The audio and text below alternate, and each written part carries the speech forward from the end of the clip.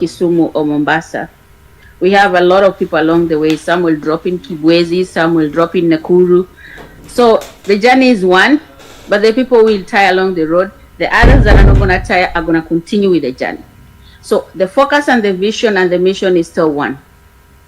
So don't focus on the people that are dropping along the way. Focus on the people that are continuing the journey. Thank you for your input. And here is Meskia. So Justin, go ahead, and then Bobby. Let's be brief and then speak what you're comfortable. Kisikia Kiswahili tuko sawa. Yo. Thank you guys. Mimi ni Justin, ningependa kwanza kabisa kusema kwamba for people like Dedan Kimathi to die with his army, the Mau Mau, no one ever recognized them that they are useful. In fact, they were not called heroes, they were called criminals.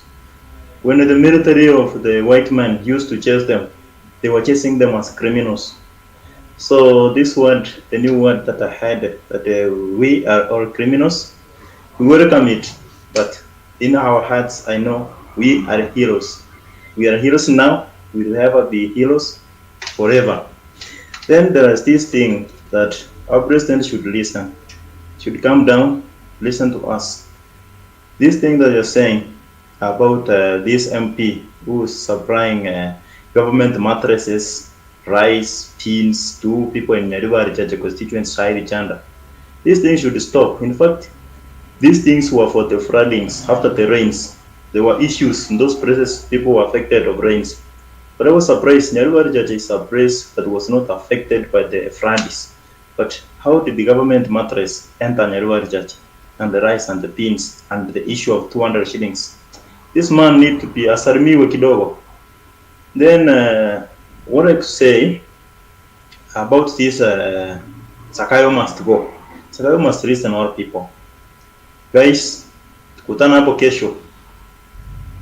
Wish you well. Thank you.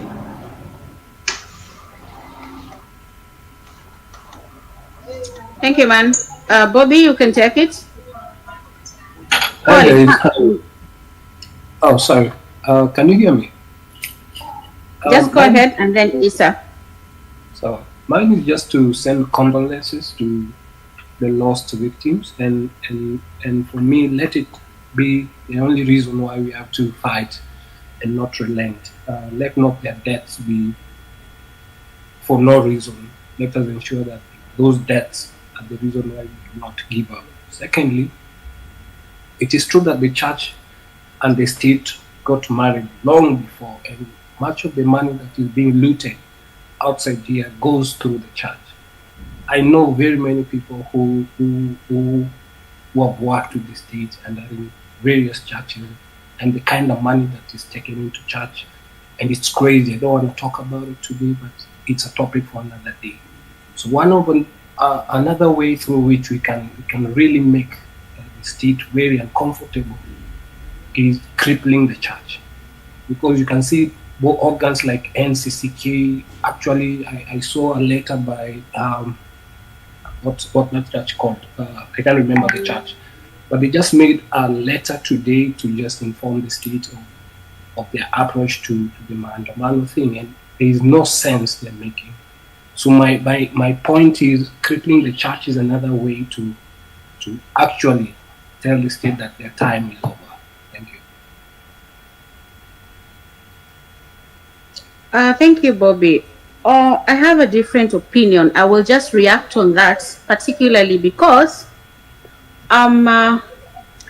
you've seen the way this narrative has been going around. They really try to change it. So can you drop giving somebody a narrative that is not existing? Don't attack the church directly.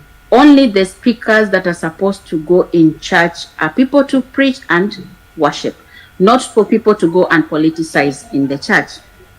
But don't attack church, because they will turn it into denominational and a religion. Let's not go there. We are only not giving a platform for them to find a place to give us their lies. We don't want that. And then the obsession with about Harambes in churches, it's crazy. the obsession in about all the Harambes are going to churches. So we stopped this thing of Harambes for schools. I think people want to go to heaven before education. That's what we are being told here. So we want this money to be channeled back to school. You call Harambe for schools, they'll give you 100K. You call Harambe for churches, it's millions of shillings. If that is not in your area, correct me. And check around the same churches. Now you're having more churches in one location than actually schools. So vituka hizo ndio tunajaribu kuuliza maswali like what game is going on? Like, is this donation to the church in the right direction, or there's some game going on over there? So I will not voice for churches being attacked. I will voice for deplatforming them not getting that platform in the church.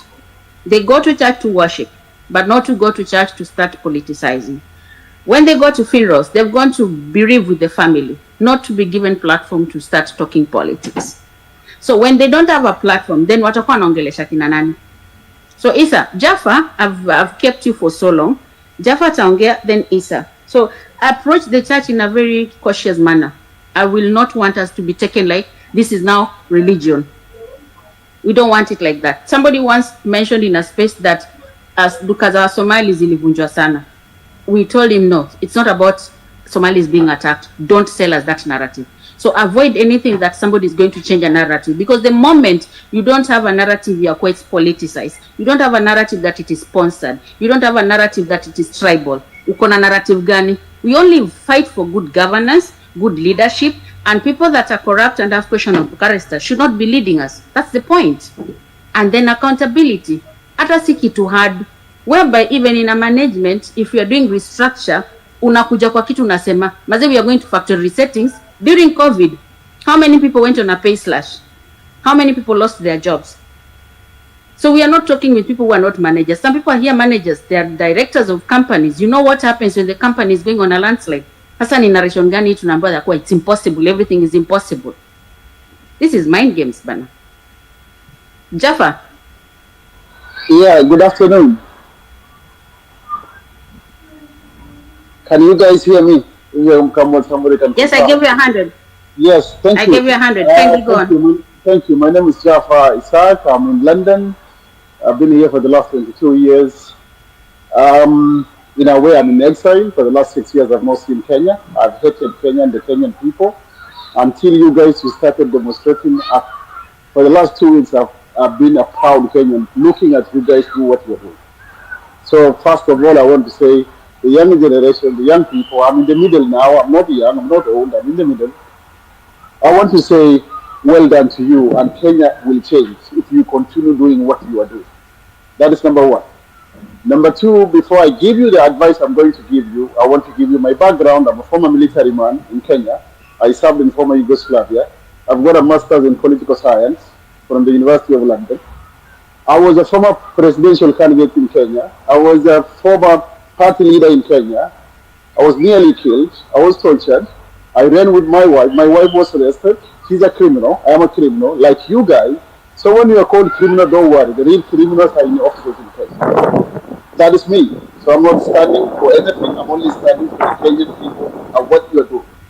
My advice to you, please, a lady said some few minutes ago, don't focus on the people who will drop out. Focus on the people who are working. Also, you said just some 2 minutes ago, seconds ago, don't focus on churches, don't focus on Somalis. They are trying to put it that way. If you look at it, I'm from northern Kenya. Just the other day, quickly they ran together in Lalingam, people, leaders from northern Kenya, and said, we are defending Nurdin Haji. But they never went for the press conference to talk about the people who've been killed. They've never called a press conference for the last 20 years when the young northern Kenya people being slaughtered in the name of fighting terrorism, which is a lie. So don't be cheated and be divided by the people who are making billions of shillings for their children. The people who are talking to you today, I said it, if you guys can follow my YouTube. Yeah, I said it last election. Ruto is not a solution in Kenya. Vote for Ruto knowing that. Let's vote for Ruto knowing that it's easier to get rid of it. Because the people who have been there, Ikanu, was Moi promised us Kanu will rule for 100 years and still continue. And even some people today, I can see pushing young people, pushing around names that we know slaughtered Kenyan people when they were ministers. So focus on one thing, and one thing only. Don't be diverted by anybody. Focus on one thing. What is it? Good governance and responsibility, where people can no longer steal billions at the expense of poor people in that country. I fought for that country for 15 years. And for diaspora, I can hear the diaspora from America talking. I'm the man who paid my own money to go and take IBC to go to the diaspora, we can vote. So wherever you are in diaspora, support these people who are on the street on Tuesday tomorrow or Thursday or the future to come. We will support you guys with what we can. Talk to us, tell us what you want. But do not choose to have a leader. Never do that. Because the moment you have leaders, that is the end of revolution. Fight for one thing, not for your power, not for you to become a powerful person. No, fight for Kenya so we can have the right thing. God bless you, and that is the advice I wanted to give to you guys.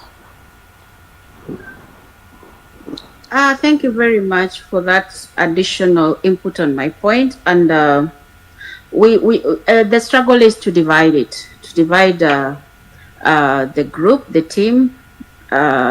We're not going to walk through that journey because for years, the British rule is divide and rule. And the moment you divide a team, then you've actually won. So guys, I told you earlier that if you enter a group and you find the narrative is not what you agree with, just walk off. So Jaffa, thank you for that. Luke, you'll take the mic. Let's be brief and on point. Stories ni za jaba bana. Tuongee vitu zenye tunafanya kesho. George, Ebu give us the time.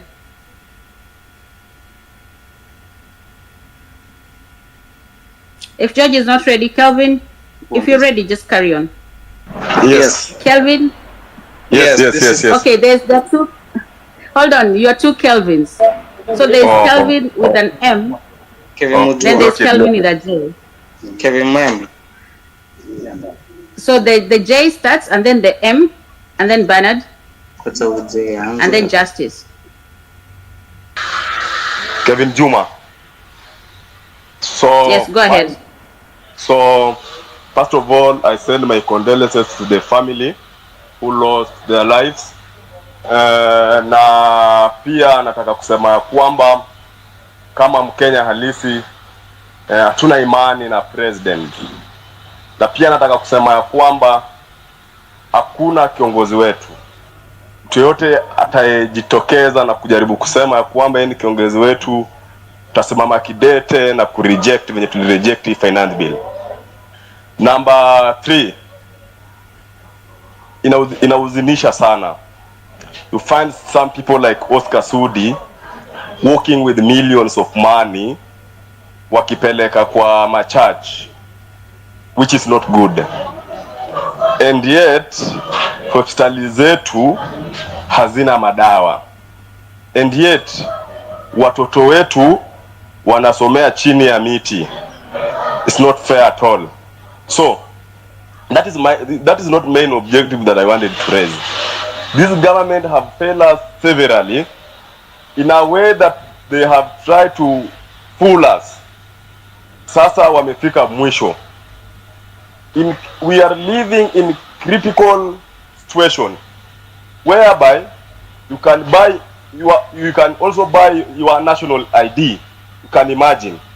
In the name, tunaitwa criminals. So tomorrow, let us stand up in large number. We make sure that we occupy the cities and we sing one song. Ruto must go. Thank you. God bless you all.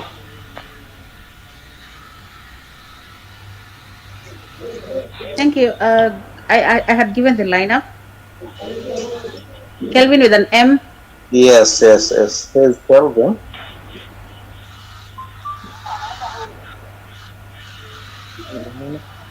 Hello. Kindly go ahead.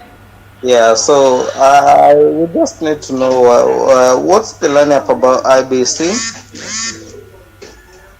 because before we go ahead, we need to know what's the plan about IEBC, and we need to know what's the lineup, because even though we move forward and deal about everything, we have to know all those that are in the lineup, they're not the same guys that we used to have.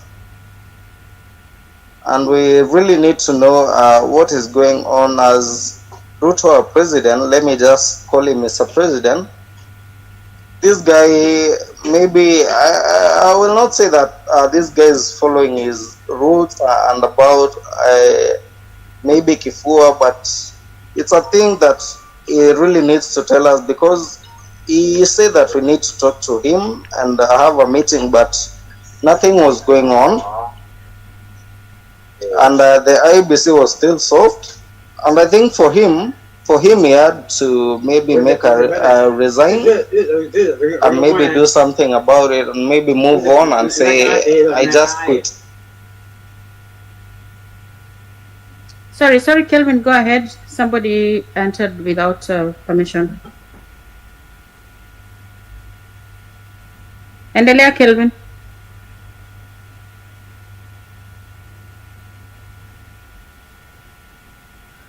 Justice, if you're on the mic, go ahead. Thank you, Biril. My concern is the voice of the Gen Z at this moment. Is this voice being heard in Twitter spaces and all that? Because I'm noticing, people are coming up and they're hosting spaces, and all of a sudden the spaces become spaces for various professionals, people live abroad and all that kind of stuff. So I'm hoping that as the president has requested to have a conversation with the Gen Z, that a priority will be given to one of the Gen Zs, especially back in Kenya, to host that space and co-host it with other people either abroad or in the country. The other thing is, I've analyzed how the president spoke yesterday, and something doesn't make sense.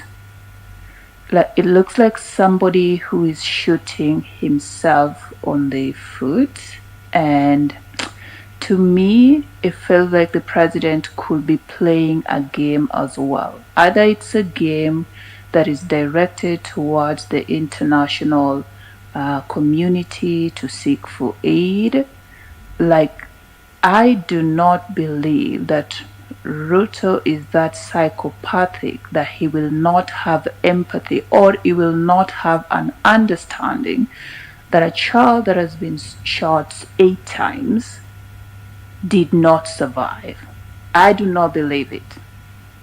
Somebody is playing us, and we have to start watching this man's move, because at the end of the day, we cannot underestimate Ruto.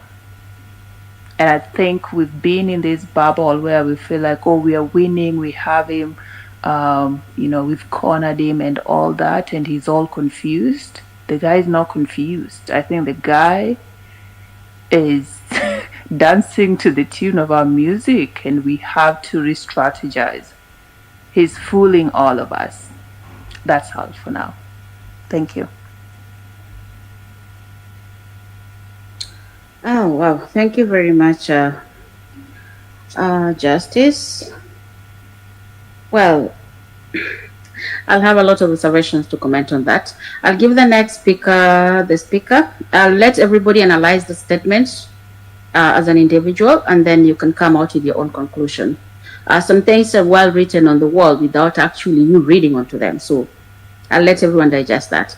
So Yaya Franklin Makalenga, if you have the mic, take the shortest time possible. A lot of requests are coming in. And whatever information you actually get, you sieve it and take the best out of it. The crap, you drop it on the road. So you can collect a lot from the road, but you don't carry everything home, yeah? So, Yeah. guys, Good Let's be afternoon. vigilant. Let's keep the focus. Hello, good Franklin, afternoon. you please. talking? Is it Franklin or Honorable? Honorable. Good afternoon. Honorable, are everybody. you a politician? Now, before I give you the mic, are you a politician or you've just given yourself that name? It's just a name. Oh, you're not a politician. Fine, thank you. Yeah. Take on. I want 2 to minutes, comment please. about. I want to comment about this radio stop right now. It's like she's just giving up a direction. You don't want any direction from anybody, more so from wherever she's talking about. We want to give our verdicts here in Kenya straightforward. We don't want those stories that now where we're just heading to is a plink. Yesterday, the news headline when the president was talking is that that Kenya is at a plink. Yes, Kenya is at a plink because people have taken very tough stands, very tough decisions, which are not helping Kenyans. Imagine right now, how Kenyan you just understand. Hello? Somebody is interviewed. Imagine right now, you hand like 50,000 shillings, somebody again tax the money to around 25,000 to 30,000 shillings. Still somebody says we want to go to house levy. Then somebody says we want to go to this and this and these things. Like Kenyans, we are just very tired. We want to move forward. How can International Monetary Fund control our economy, Kenya? Well, this Kenya is just a country which is coming up right now. Where President hands more, then we have even the position of a prime minister, which is not even appearing in the constitution of Kenya, but somebody is given that position of a prime minister. That one I think should be scrubbed off. We have nothing to think about it. We are moving towards Death and Kimati. Those people who died, they were just heroes. They died, even Kenyatta fought for this freedom, fought for the independence of Kenya. They died, everybody died. Ruto was there in YK 1992. He was the one who was arranging those coups. He knew why he was forming those ones. These things are not coming like on empty grounds. They're just coming to pay back. They came back, but that time they were fighting, using crude weapons, walking from one village to another village to organize groups. But nowadays it's digital. We just come to express here. We just organize our people. We tell them our problems. We share the predicaments. Then we come together. So this time it's just getting Ruto at the corner left, right. That he has nothing to do. He has nothing to any direction to look at. Look at Oscar Sudi. The way there is advisors. How can a class 2 dropout advise a president? From where? Farouk Kibet, how can he advise a president? It's not like that. We should, all of us in Kenya, we are just learned. Imagine a class 2 earning more than a doctor. A class 2 earning more than a teacher. A class 2 earning more than a pilot. This Kenya, we are now past that age. The young generation, the young Gen Z, we want to take over the mantle from the old generation. Let them rest, we just read them. If we cannot read them, we can use this to read them. We are many. If tomorrow we're going to go everywhere and we cross all the roads, then the economy is not growing. We're just coming backwards. Then he should listen to us. Not an individual telling him that to listen to us.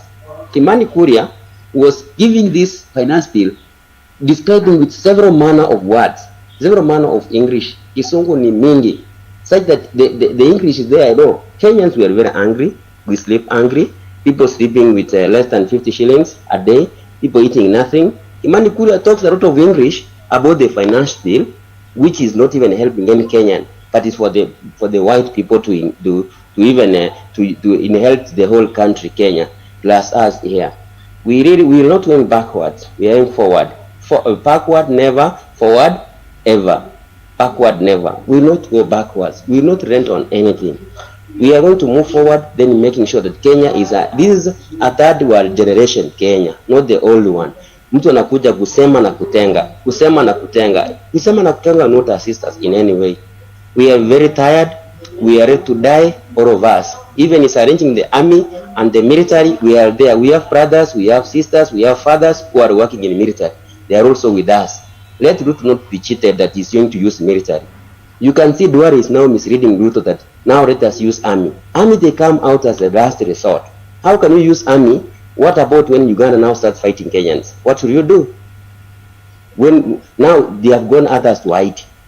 Our policemen, our military have died in Haiti. They don't even say that how many have died, how many are alive. Most of them have died. Why should we take our kids from here, Kenya, we take them to Haiti to die? Because you're using the constitution. Which constitution is that? Allows people to die. Why did the United States, which has sophisticated machines, should have taken the step to go and fight in the Haiti? Because they have machines, they have drones, they have airplanes, they have helicopters, they have even commandos. In Kenya, we don't have even a one commando here. Even two commandos, they come to Kenya, they kill all of us, including the armies we are talking about. Why should we waste our resources going to Haiti? I think it should stop. I think I'm very happy that tomorrow we move forward together. And again, we are waiting to Sabasaba Day. We make it also official. Those are the days for the heroes. We are ready to die as heroes, young heroes. Kenya forward. I wish you all the best. Thank you, Rachel. Thank you so much, Honorable.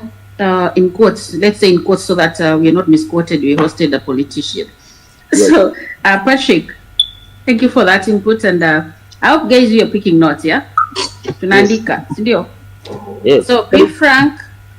Hello, guys. Prince, hello, guys. And then Patrick, chill out. Okay. Chill out. I haven't given you the mic.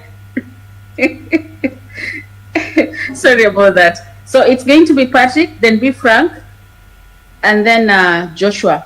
If you can't speak, you give me 100, then I put somebody else on the queue. Hello. Go on, Patrick. Okay, it's my turn. Habari zenu? Hello? Hello. Yes. Hello. Today I'm not Patrick, feeling. We can hear you. Oh, today I'm not feeling well, but I will use Kiswahili, eh? Mimi nataka niwaambie kitu kimoja kwamba Rais Ruto kutoka pale juzi asimame aseme kwamba I have considered, bado haja consider lolote, kwa sababu alisema ili kusoma vijana akili zao, kwamba vijana nikisema hivi watafanyaje. Ukiangalia mazungumzo ya jana ya rais alipokuwa anaongea, alikuwa anaongea na uchungu sana. Let me be frank today kwamba msione kwamba vile eti wabunge wengine wakina Imani Ichung'wah, wakina wale wakina Kuria, wakina Oscar Sudi wamenyamaza udhani kwamba ni bure. Kuna kitu ambacho wanapanga na wanaangalia hawa vijana. Je, wataendelea kesho, wataendelea Alhamisi ama watasimama? Si bure kunyamaza kwao, kunaongea mengi sana. Na msidanganywe kwamba eti Rais Ruto yuko tayari kukutana na vijana. Hapana. Kuna mipangilio ambao wanapanga. Kutoa jeshi ni kutushtua. Je, tukitoa jeshi watafanyaje? Tuangalie tu, tangu mimi nimjue Ruto mpaka saa hii 27 years. Hakuna kitu ambacho Ruto ameshafanya mpaka kikatimia. Hustler Fund, alisema kuna Hustler Fund akishaingia kwa ofisi. Akinipatia shilingi 50 itanisaidia na nini? Akinipatia 1000 itanisaidia na nini? Tuangalie venye vijana wamekuja kupigania kwamba tunataka Rais Ruto afanye hivi ama awe mahali fulani. Amefanya nini? Kwangu mimi I've got no even a single reason to support Ruto niseme Ruto aendelee kuwa rais. Kwa sababu hakuna hata kitu kimoja ambacho ameshafanya. Hakuna hata kitu kimoja ambacho ashakianza mpaka kabalizia. Kwa hivyo sisi tulimchagua Rais Ruto, but the different ilikuwa tu 260.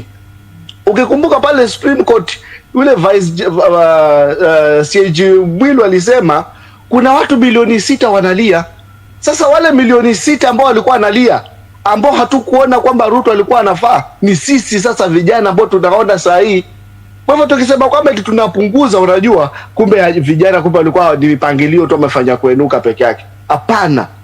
Hakuna kitu ambacho kinakuja ama kinapatikana kwa urahisi. Mimi nilijitolea last week, nilijitolea na kesho hata ndo ninaanza rasmi. Lakini tena tukienda katika haya maandamano ambayo tunaenda nayo, tuhakikishe yule ambaye hana kitambulisho kwa miaka 17 achukue kitambulisho. Yule ambaye hajawahi kupiga kura achukue kitambulisho. Yule ambaye, yani kila mtu achukue kitambulisho na achukue kura. Hata kama vita hatutashinda saa hii, lakini 2027 kila mtu abebe mama yake, bibi yake, girlfriend yake, mpango wa kando, tuhakikishe serikali nzima tunapeleka nyumbani. Kwa sababu hizi vita si kidogo, tunapigana na mtu ambaye ana ujuzi, ana pesa, ana uwezo. Kwa hivyo yeye akili yake sasa ni kutuangalia. Msione tu anasema vijana hivi na hivi. Anaona mbali. Rais Ruto ni mjanja, anaona mbali sana, na kuna watu ambao anawatumia. Sasa nataka niwaambie, kutoka leo mpaka Friday mtaona vijana kama 200 wameokotwa katika kila mahali. Kila mbunge atapeleka vijana wake 200 kama 5 alafu waambiwe hao ndio viongozi wa Genszs. Kwa hivyo tumekubaliana ni hivi na hivi, atakayeonekana tena mtaani huyo ni gaidi. Kwa hivyo tukiamua ni tumeamua. Kama ni kupoteza maisha, wazazi wetu walishapoteza hata mashamba, sasa hatuanzi sisi, but let us try to save our children na wale ambao watakuja. Mine yangu ni hayo. Wakati mwema.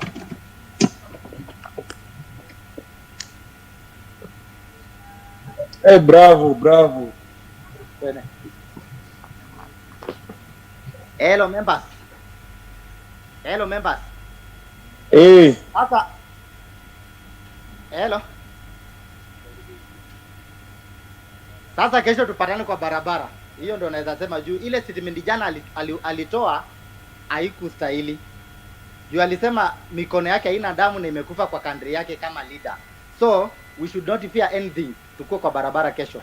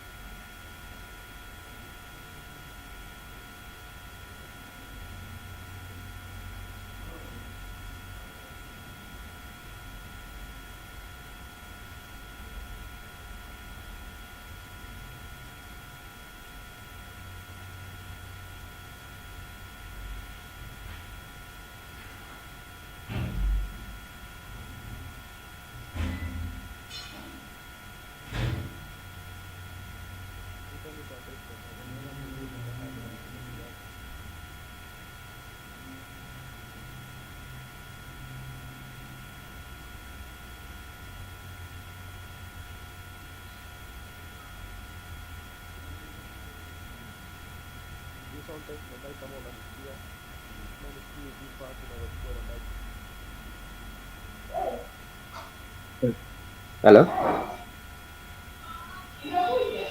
Yes, hello.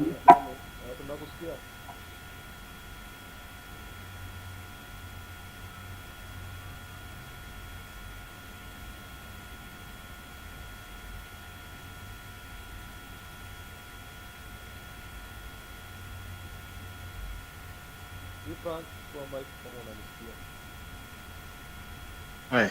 First of all, I would like to give condolences to all those people who have lost their heroes. I will call them heroes because they fought for a good cause.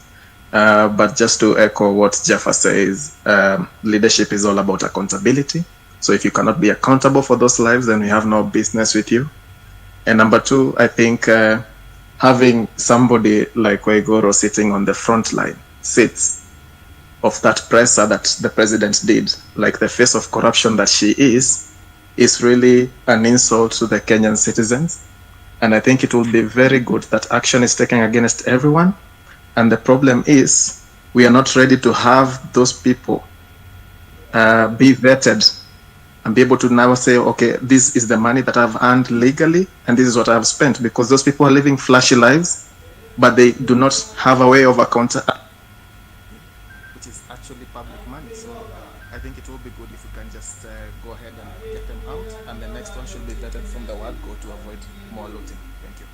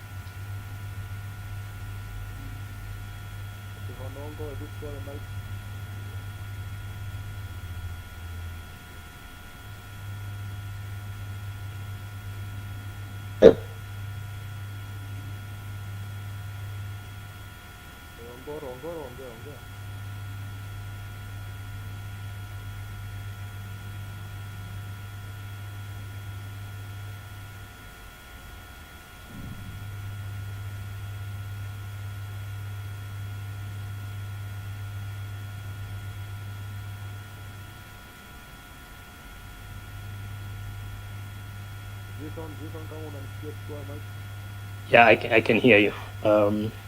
Hi everybody. It looks like Spirat, your volume is so low. You are very low. We can't hear you very well. I think your mic is very. Can you hear me? Lakini uko mbali sana with you. Manze uko mbali, hata mimi na strain kukusikia. Yeah, we're straining to hear you. Sikia poa. Okay. That's probably better. All right. I probably don't have much to say, but to have a reflection of yesterday's sit down with the media by Ruto. That's probably one of the most painful interviews that I've watched. The most cold-hearted interview that I've ever watched. The most heartless interview that I have ever watched with a president of a country. It really brought out the true picture of who Ruto is. There were quite a number of key highlights that really sent chills in my body when I was watching, listening, and paying attention to this. Notably, I think it's one of the questions that he asked about the boy who was sprayed with 8 bullets. And then he said, "Is he alive?" But then even after being told, no, he died, it's like it didn't seem to be bothered by that. Not even say, "I'm sorry to hear that." Not even say, "That's painful for a child to die." But the journalists went further to ask them, how do you feel when you hear about these people that have died and all that? He went further to say that we will protect properties. Every single question he was asked, he deflected to say about properties. At some point, the journalist was like, "Let's say about humans first before we talk about properties." And the man could not even be moved. And if you have paid attention to all his speeches and everything, his main focus is on property and not humans. Ruto was given an opportunity to heal the nation, an opportunity to show some level, even if he faked it. He had an opportunity to fake it and look like he has a heart. But guess what? He could not hide who he is when it comes to human life. He didn't show that he values life. He did not show that he values you and me. To him, your net hatukupati, unakatika sana. Oh, my apologies. Can anybody hear me? Are you having the same problem, everybody? Is that? Tunakusikia poa. Yeah, I'm sorry. I'm thinking, Bramwell, you may have to adjust your mic or your net. So here's what I'm saying. This is one man that has shown us his true colors. The man who showed up on Tuesday evening in the time of the protests. That is Ruto for you. That is Ruto for you.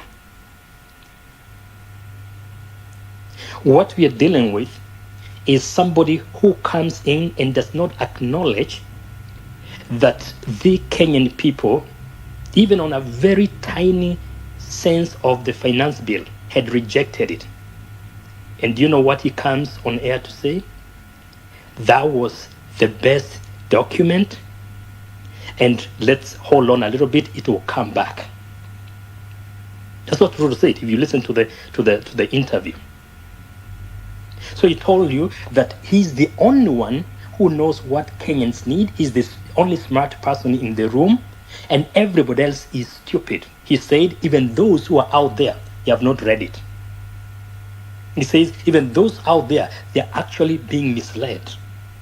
I know, that's what he said, that this is a very good one, and if we don't pass it, Kenya will be in a bad place. He started threatening us that we will cut money here, we'll cut money here, we'll cut money here.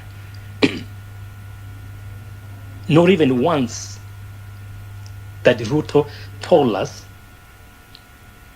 that he understands that the money that he's telling us to pay, he has the ability, now that he's the president, to be able to trace it and tell us, this is the money that was borrowed, this is where it went, this is where it was, which development it did, and this is the returns. At some point, he was asked, do you really get it? Do you hear what the young people are saying? The challenge we have is dealing with a regime that hear their own things and they try to solve them. They're not listening. They only listen to themselves. And then Ruto goes ahead to say this, I am the only one who can fix this country. I'm glad this crisis is here when I'm in power, because I'm the only one who can solve this. What kind of arrogance and pride is that? When you are a president of a country and you think you're the only one, you're the only one, something is totally wrong. Fundamentally wrong with your head. When you can say that you're the only one who can solve the problems that the Kenyan people have. When the young people come up and they talk about what they're raising, and then he says, we will sit down with the young people and really talk to them about their issues. The young people are not talking about the issue, their issues. It's not about the youth issues, Gen Z issues. It's about the Kenyan issues and the incompetence of this government. But to him, he hears something else. Does he really get it? He doesn't. He doesn't. This man, he actually continues to look like he's the only one who can solve. In fact, at some point he said, if I was out there explaining, this thing will have passed. Meaning, he's the only one who thinks can explain things and not anybody else. That is the man you're dealing with. Friends, here's the point I'm making. Number one, Ruto does not have the heart of a human being that he can sympathize even with the people that have lost loved ones, including children. Somebody spraying 8 bullets to a child, 12-year-old. Ruto does not have a heart to even think about Rex or anybody else that was killed. There's not even a heart, even if, regardless of the circumstances, to even send condolences to the families. Does not even comprehend that it's the police that started the chaos, and they're the ones who killed our people and our young people. We ought to be more angry than we are, because he has killed people, and he's so, he takes some joy from killing. Like there's some excitement. It's like he gets aroused when people die. There's some fantasy. There is something that pleases him. Like he's cold-blooded. He's like, really, I've never seen that. I've never heard of that. My heart cries out. My heart bleeds today. As even we stand in solidarity and sending our condolences to those that have lost loved ones and pray and wish quick recovery to those in the hospital, I just have to say, you have a president who takes joy when he sees bodies falling down by the bullet. We have a president who thinks he's the only clever person and is the only person who can fix this country. We have a president who actually hears something else other than what the people are saying. He hears his own things and tries to solve them. We have a president who thinks that we are all stupid. We never read the finance bill. We were opposing it because we were misled. We have a president who thinks he can use the sword to silence the Kenyan people.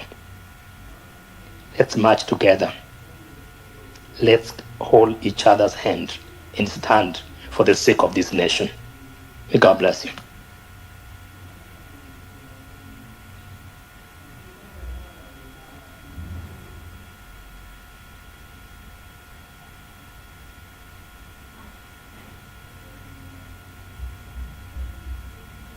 Prince Audi, take the mic, please.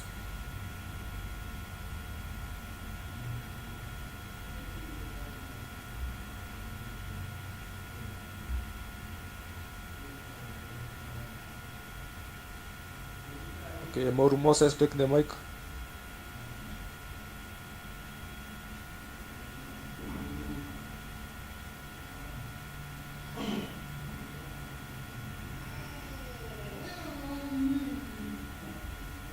Moru Moses, kama unanisikia chukua the mic.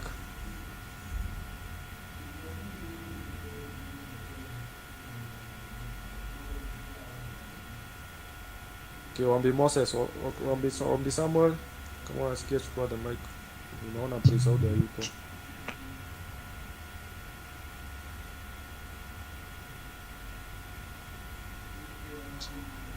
Hello. Good afternoon to you all. Tunakusikia.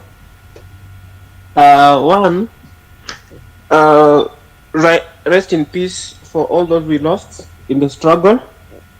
Secondly, according to our constitution, the sovereign power belongs to the people, and we are the people who have just donated our power to them.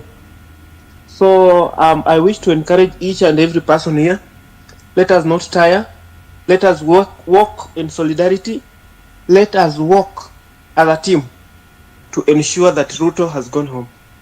Secondly, this guy, I followed some part of the interview he had yesterday. Huyu jamaa anaongea venye anataka.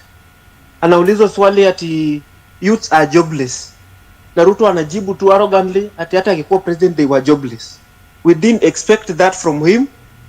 So as one of the youths, let us not tire, let us work together, let us do anything possible to ensure Ruto has gone home. Biblically, when the Israelites were in Egypt, when God was trying to show Pharaoh that he want to do this for him to move, alikuwa na roho ngumu. So the same thing is applying in Kenya now. Of what we have been doing, it is just part of the plagues that were happening in Egypt. So let us not tire. Let us try anything possible until we have reached the limit. That's the time we'll have reached the limit, the 10th plague, and Ruto will definitely go home. Thank you. I'll comment later again. Thank you so much, guys. I'm so sorry for the network hitch. The co-host is having a throat problem. Sorry about that. And Polycarp is a bit engaged. So kindly be pardon us for that. So we'll carry on. The net is now quite okay. Jason, that was a very powerful output. I appreciate it. And if you can't come to the speaker, kindly you can also put your comment on the comment section. And if you're done speaking, we're going to drop you and add some people. but we'll just rotate the mic so that we can be able to exhaust everything. Because there's another question that I asked earlier. If at all you were given a platform to ask our president right now, what did you ask him? Because you mentioned that you want to talk to him. You mentioned that you want him to drop the entire parliament. What did you tell him right now? But yesterday's interview, that was quite shrewd. To me, that was not a president talking. That was no, that was not. So the next person to take the mic, Prince, if you're not there, Malenga, you can take it.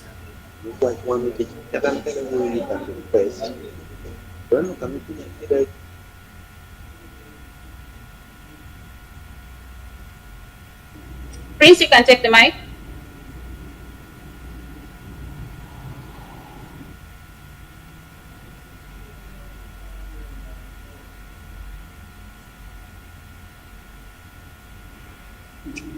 If Prince is not ready, anyone who is on the mic can take it. I'm adding some more speakers.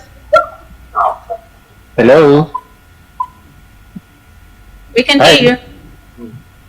Okay, my name is Prince Saudi, and first and foremost, let me pass my deepest condolences to all those that lost their lives, and a quick recovery to any when aliumizwa during the protest.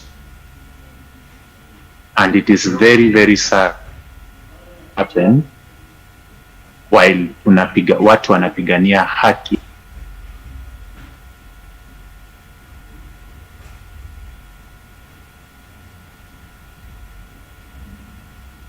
Who is speaking? I can't hear anybody. Mimi nilikuwa tuna machache ya kuambia wenzangu hapa. I don't think we have any much thing to discuss.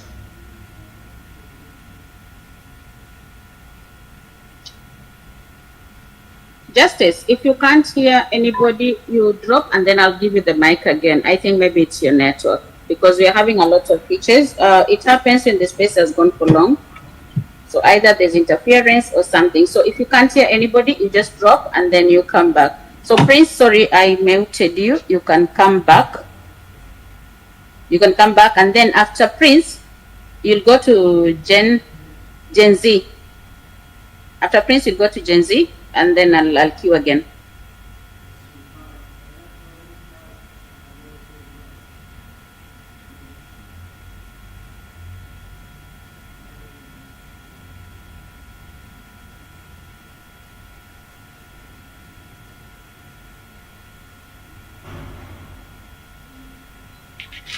Prince, are you speaking?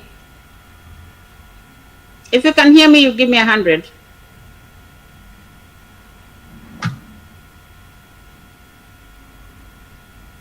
If you can hear me, you give me 100.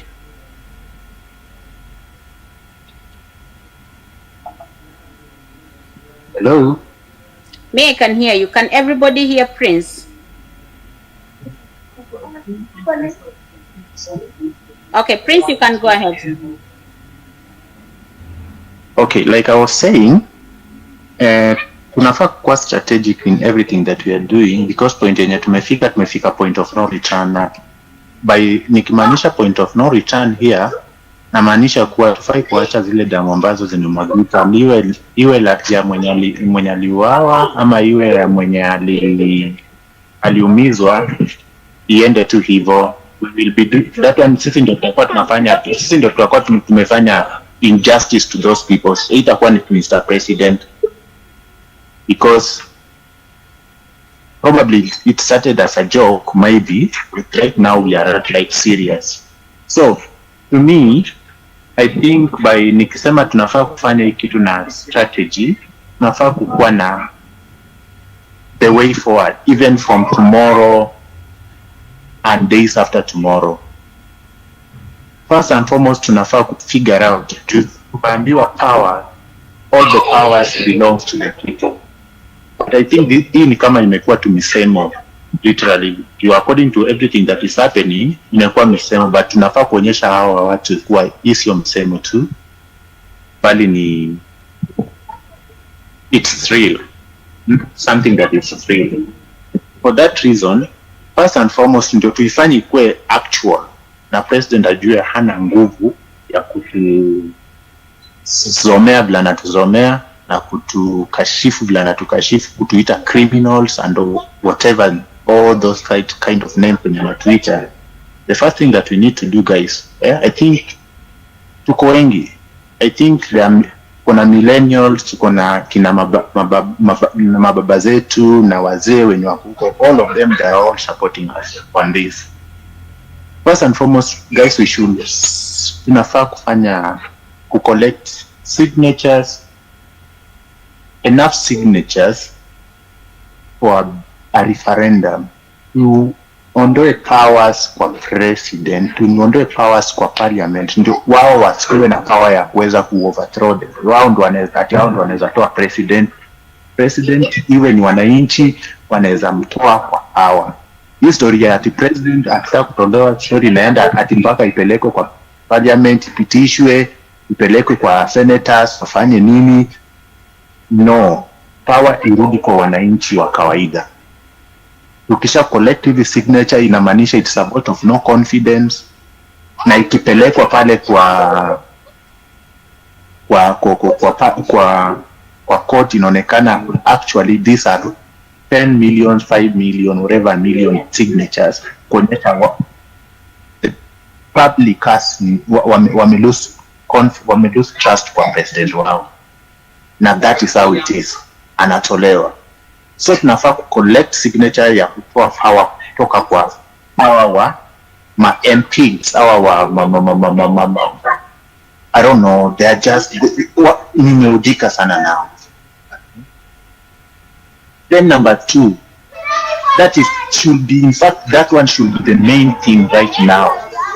The moment IEBC wanawekewa wanachaguliwa hivi wanaingia pale, the first thing they are supposed to be doing ni kupitisha hiyo part ya referendum. The moment tuko na all the signatures, najua tunaweza, there are so many people listening right now from Mombasa, Kisumu, Nairobi, Eldoret, Kakamega, name it, all those places. Hizi mkusanyiko tunakusanyikanga kwa during maandamano and the rest. I think those places, it is the best place move to collect all these signatures. We have lawyers who can be, when you wanaweza kuwa mstari wa mbele ku collect the signatures, then they bring them at the central place, which is in Nairobi, from 2 boys.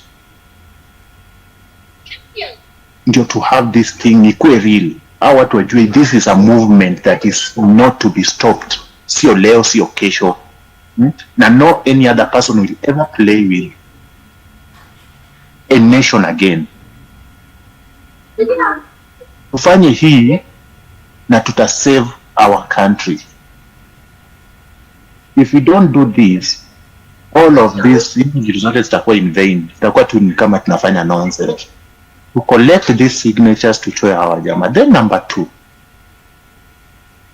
Kenya nimekuwa nikiongea, in fact I've been telling this one to almost every person that I've ever been talking to, issues concerning politics za Kenya, za country.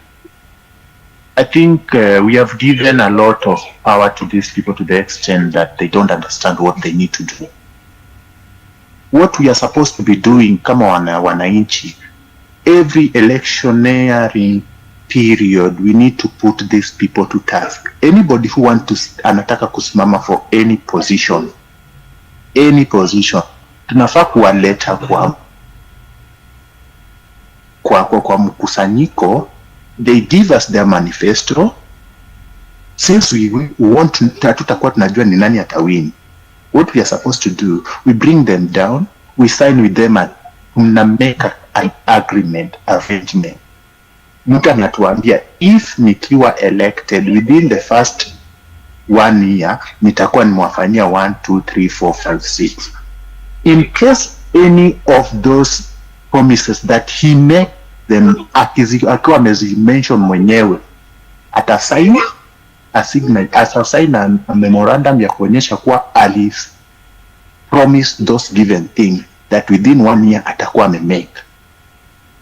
Na akifail hata tuhitaji kumuita a resign anafaa kuresign literally peke yake bila kufukuzwa na mtu juu alikuwa amefail from maneno yake mwenyewe, na kama ata resign tutamresignisha na tuna freeze account zake zote, natoa pesa zetu zote tulikuwa tunamlipa and any other thing that amekuwa yeye na familia yake wamekuwa to benefit from,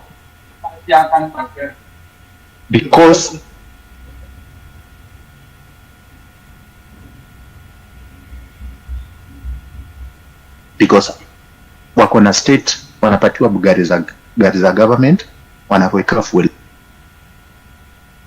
wanapatiwa allowances for doing nothing, totally nothing. In fact these people maximum time wanaweza kuwa wanaspend kwa parliament, wakiattend parliament twice or thrice a week. Calculate the number of days in a week, in a month. Hiyo inamaanisha wanaenda less than 10 days for every month. Inamaanisha within a whole year au watu ni kama wanaenda like around maximum of 3 mwaka yenye iko na 12 months wanaenda maximum of like 3 to 4 months. The rest of the months, what are they doing to us? And yet we are paying them. I think the people who deserve to be paid even more money here ni walimu na madaktari then. In fact, teachers are doing even worse. Hiyo ujinga wote yenye wametolewa wakawekwa wakakuwa na kiburi ni walimu wamewatolea.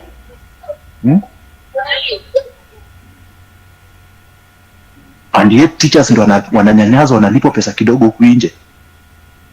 Wao wako na kiburi huku wanaongea ujinga na usherati ndio wamejaza tu everywhere. Immorality and arrogance and everything. During this process, we should ensure that the maximum when atakuwa analipwa pesa nyingi, guys, please, the maximum when atakuwa analipwa pesa nyingi, pesa yake usifike even 300 to 400,000. Maximum ikiwa vizuri sana ikuwe 200,000, because they are doing nothing. Let them get all easy allowances were reduciwe. Juu niambie mwalimu analipwa pesa ngapi akienda kufunza wanafunzi wanawapatiwa sitting allowance ya pesa ngapi? Madaktari wakienda kutibu wanapatiwa sitting allowance na attendance allowance ya pesa ngapi? Just to mention but a few. How much do we pay them to attend to patients and to attend to students? Wanadhani kudili na mtoto kutoa ujinga kwa kichwa yake ni kazi rahisi? Hao madaktari wenye walikuwa wanaenda kutoa mabullets zenye polisi politician na wametuma polisi wakauana. Hiyo time the time they were wasting doing all that thing, who was paying them? Let us just be a little bit realistic. Look at how arrogant the type of Sudi and the kind are to us. Siku gani ushaisikia daktari akikuongelesha hivyo? Siku gani ushaisikia mwalimu akikuongelesha hivyo? Atakuongelesha akiwa na kutoa ujinga, hata kuwa arrogant kwa wazazi wako, baba yako, mama yako na everybody, any other person. This is a person talking to the whole nation.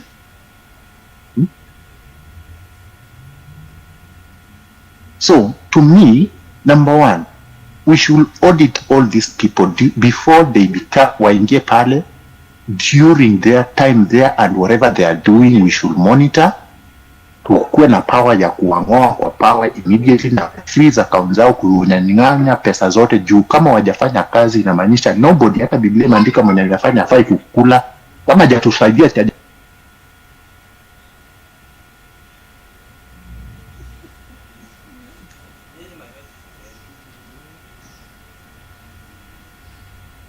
nafanya hizo kazi.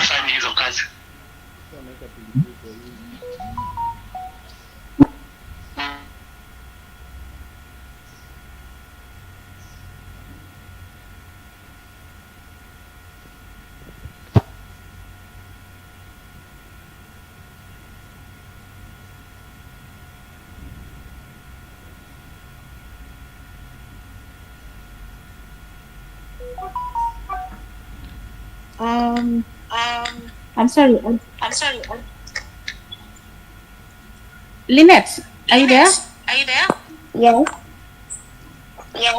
Kindly press the mic, and then followed by Genszs, and then Amos.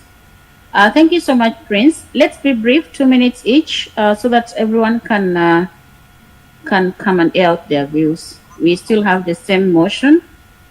We still have the same vision. So if you're still down there, just be patient. I'm trying to, if somebody has spoken, I drop, and then I add the new speakers. So just exercise some patience. Njiha, you'll go after Lynette. Okay, hi. So, my condolences first to those who've lost their lives, and a quick recovery to those who are in hospital. I was thinking that as we're thinking kutoa hawa watu kwa government, there's no way tunawatoa na wanaenda na pesa yetu. Hawa watu wamekula pesa mingi sana. They have a lot of money that belongs to the people in their personal bank accounts. So even as we are thinking kutoa these MPs and kutoa president and whoever tunataka kutoa next, let these people first show accountability for our money. Na wakionyesha nanga hiyo accountability, wewe kama umekula pesa ya watu, be ready to go kwa EACC and let the EACC know they are going to have a rough ride wakikosa kutusikiza.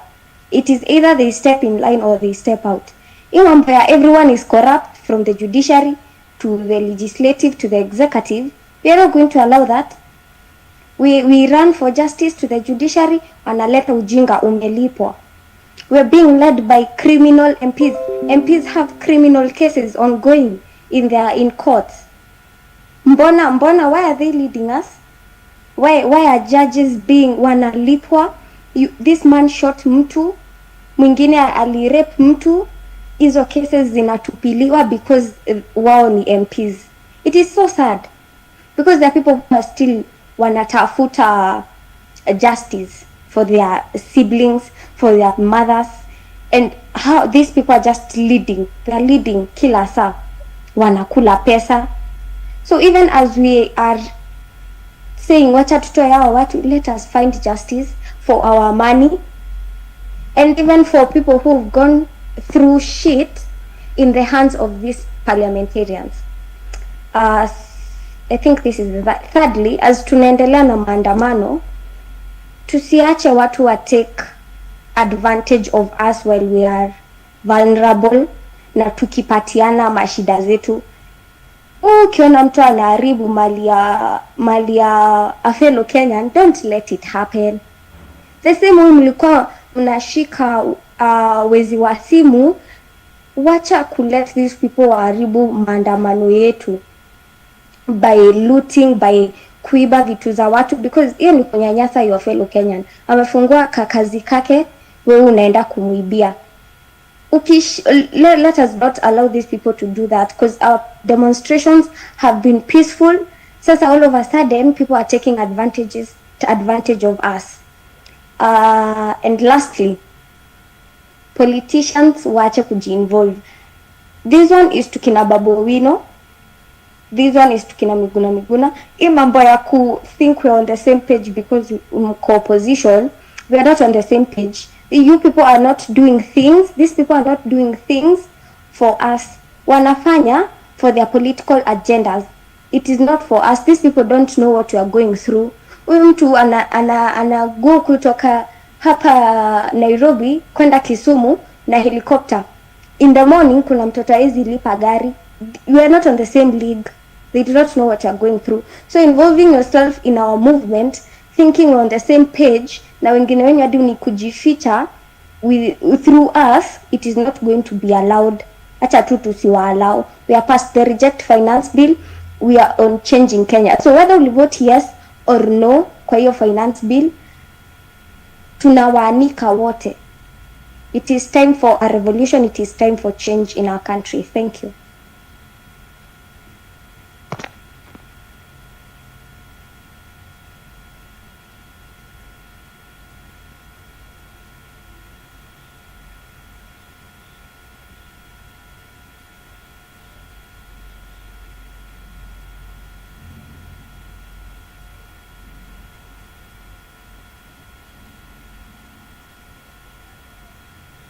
Mimi ningependa kusema kulingana na vile tuliambiwa this is a bottom up. Hii ni serikali ya mama mboga na watu wa bodaboda. And nikiangalia vizuri sioni kama kwa gava saa hii kuna any mama mboga or bodaboda or hasura hapo. Hakuna. Kila mtu mwenye ako kwa gava, hakuna mtu ana struggle saa hii. Wote wanaishi Runda, kaya ni whatever. So, hakuna, sioni mtu mwenye ana haso hapo. So, ile kitu muhimu ni kitu ya kwanza, tukae pamoja. Kama ni maandamano, tufanye maandamano peaceful. Tukue pamoja na tafadhali. Kama umeenda na mtu, usimuache nyuma. Hapana, tuangaliane. Because this Kenya umeona justice hakuna. Yani mtu tu anauliwa then at all wanapotelea. Hiyo mambo inapelekwa tu hivi tu, wanasema sijui they fight, wataangalia sijui watata nini hivyo, but hakuna justice. So mi kwangu ile kitu ningetaka kusema tu, watu wakae pamoja. Asante.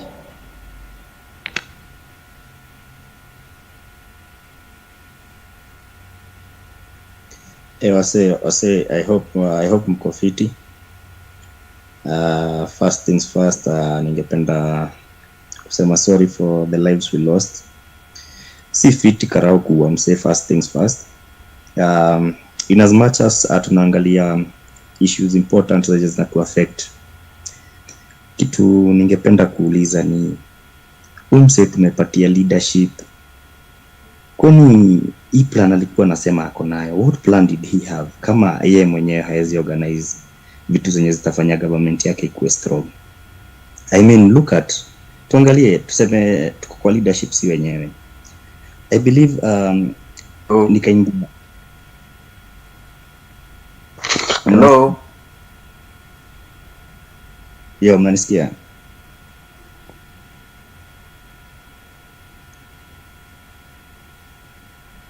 Yeah, ni kama mnanisikia. So nilikuwa nasema hivi, mse tulipatia hii kitu, kwani anatumia plan gani? Because unashindwaje hadi kuorganize government yako? Like how comes uko incompetent hadi in your own plans, yani huwezi organize government yako? Like look at NIS, NIS yenyewe hawakuwa rada that people are not in game with him, as in hadi serikali yenyewe iko too disorganized, all orders lazima zitoke kwake. As in, what kind of guy is this? Wachana na story yake kuwa ati sijui ati competent ama incompetent ama nini. Like look at how you organize yourself first. Hata wewe ukitoka kijani lazima ujipange. There is plans you've made of how you will make things move, how your errands will happen. Kuna saa zingine hata utafanya shughuli bikiwa tu umeketi. But how comes umse haezi fanya anything? Ako too clueless. Like what the fuck? Hakuna hadi mse anamwambia asikizi ama ni nini? Because I'm wondering, nani anaishi hivi? Mimi nashangaa nani anaishi hivi, because hakuna mwanaume ubehave hivi. Lazima kuna mtu mmoja unasikizanga and una go to by his word, or there are some people utasikia venye wanaongea and you know that this hao wenye wananiambia na governance. Hata kwa kampuni yako, hata kuwe na doa aje huku unafanya nini, au uwezi peana pesa tu hivyo na uwezi acha pesa ziibiwe tu. As in, this guy is just, yeye aliingia tu pale na target moja ya kuwa multi-billionaire in dollars, alafu yeye aondoke. And that's the reason mimi siwezi kubali aendelee kukaa hapo, because he doesn't have our interest at heart. Hata moja. This nigga doesn't even care.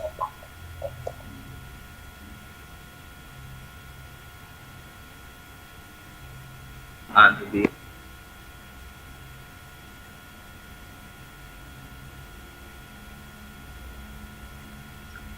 Sorry about that, many men. Somebody entered and just started speaking. Okay, chukua mic, ungoje kidogo, because mostly utapata kama kuna mtu anaongea, si ati unaingia direct kuongea. So nimemute kila mtu so that we have order. And kama mtu anaongea na uko na burning issue ama unataka kusema point yako na uende, you just raise your hand, nitakupa mic, then you can put your point across, alafu uishie. So let's not make it a marketplace.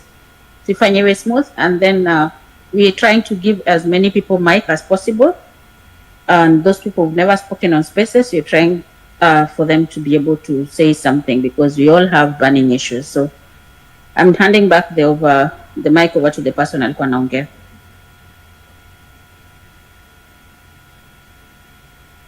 Proceed.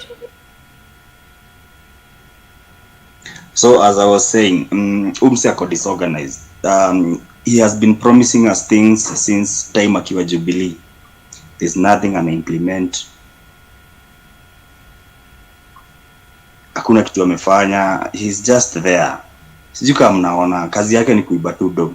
Alafu kiangalia time yake kwa government ya Jubilee, this guy was involved in scandals. Time yake yote in 10 years hakuna kitu ya maana amefanya. Hakuna kitu ya maana amefanya. Nigga was just involved in scandals left, right and center. Hakuna kitu kingine alifanya. Imekuja sasa hii time sasa amepewa power. Nigga is so drunk in power hadi sasa anaonyesha mabeshte zake, tuko na gava, unaweza behave venye unataka. Ni kama nikuwe na gun alafu mbogi yangu ikuwe ndio kusema mtaa. Unacheki? Lazima kila mtu atakuwa ajipiga kifua akiambia waseni aje, hakuna kitu unaniambia. And that is what we are witnessing right now. Ikifika ni pesa hao ndo wako na do. Ikifika ni guns hao ndo wako na guns. So mtu hakuna kitu unaweza mshow. So wanatuonyesha aje? Yani hiyo ndo kitu imefanya. Hiyo ndo kitu naona, yani it is so painful cause mwanaume haufai kuishi hivyo. That is why tunasema this guy is not fit for office at all, because hakuna mtu anaweza kuwa ati yeye peke yake ndiye ako right. And that's why Kibaki alituachia hii katiba, because he saw us as Kenyans, we are all smart and we need governing rules. And that's why he made several institutions independent. Design gani? Anajua nikiweka another smart person kwa hiyo kitu, nitaleta better ideas zenye zitafanya hii country iendelee. But this guy amerudi na the old ideas za 90s za political father wake. Anasahau that the people that Moi ruled were different. The people that Kibaki ruled were different. The people that Uhuru ruled were different. Kila mtu hapo hivi amegonga. Kibaki aligonga 10 years, Uhuru amegonga 10 years. Yeye aoni ati things have changed. Now that only that because amestick na mbogi yake from the beginning, he thinks things are still the same. And that's why kitu inamshika off guard. That's why kitu haezi elewa. Haezi shikanisha, because watu wenye wako around him ni watu wajinga. Sisi in fact most members wenye wako kwa hii space, in fact I'm sure mmesoma hadi kushinda wase wengi sana wako kwa gava. And that's why unaona hawa wase hawaezi shikanisha. Plus ongezea sasa ile ujinga walitoka nayo kwa hiyo age yao na youth yao. Hawa wase hawaezi jua kenye tunasema. And that's why wanashtuka, wanashanga. There's no leader, there's nothing. We are being fueled by the same things. They know what we want. They are just assuming that they can force pressure on us using government machinery na tunyamaze. Ile kitu na washow, kama unaweza tokea kwenye huko. Please, tokea kwenye huko. Kama unaweza chocha msea tokea. Let's do this. Mimi deal na land. The last 1 week nimekuwa nikienlighten wazai wa Kiambu, because naishi place like 30 kilometers all around ni urban, which means hizi mashamba zote zinakam kuchukuliwa na gava. Mind you, I also deal in transactions. Hawa wase ukiona venye wanabai mashamba, my god, you will go crazy. Na hii bill haijakam ati juu ya kitu ingine. The land they want is so fucking expensive. The only way they can take it ni wakibadilisha laws. My bros, tafadhali, so many hizi bills, tafadhali. These guys, they are legalizing land grabbing. As in, mi sijui mtafanya nini, but we all have a mandate. Ukiona msee haelewi kenye unamshow, mwambie. Ukiona msee go against what you're doing, tell them the real thing. Try and steal what is right in them. That's all from me. Naona nikiendelea nitakuwa nimejaa mbaya sana. Mimi nataka uzushe. Usipozusha hakuna venye tutabonga. Hebu zusha. Sawa, cheki, mimi naambia hivi. First things first. Fuck Ruto.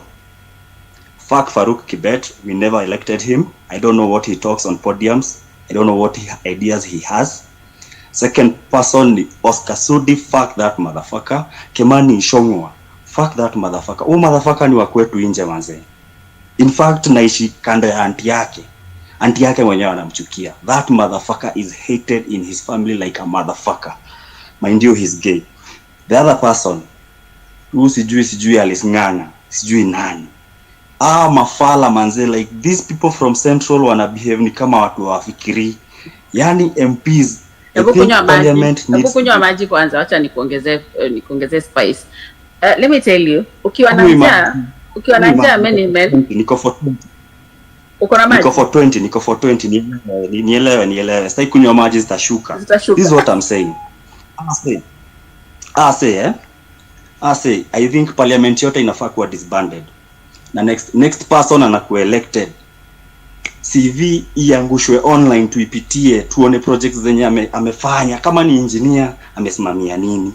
Kama uko kwa ICT, umefanya project gani kubwa tukaona, na ulimanage aje? Facts ziko wapi? Pesa ulimanage aje? Tuangalie hiyo gari ulibai, ulikuwa umejipenda ama? We need to look at these things.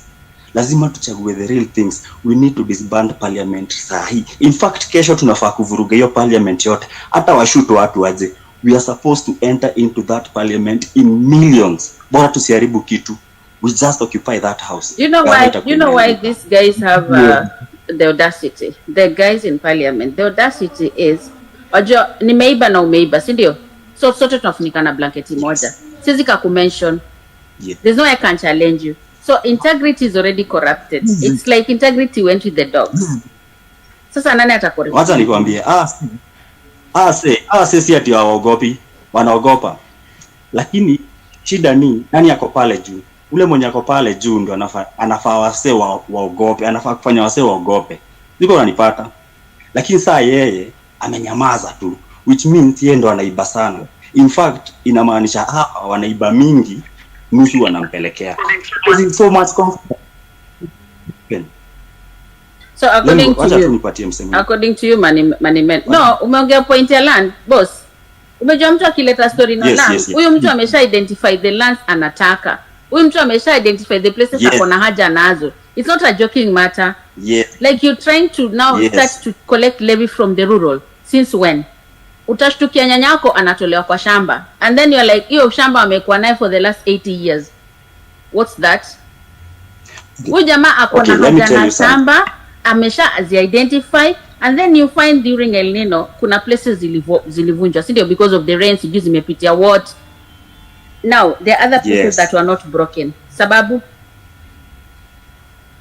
Okay, this is what I'm trying to tell you. Huyu msee anafanya vitu kulingana na venye ana feel. Sijui kama unanipata.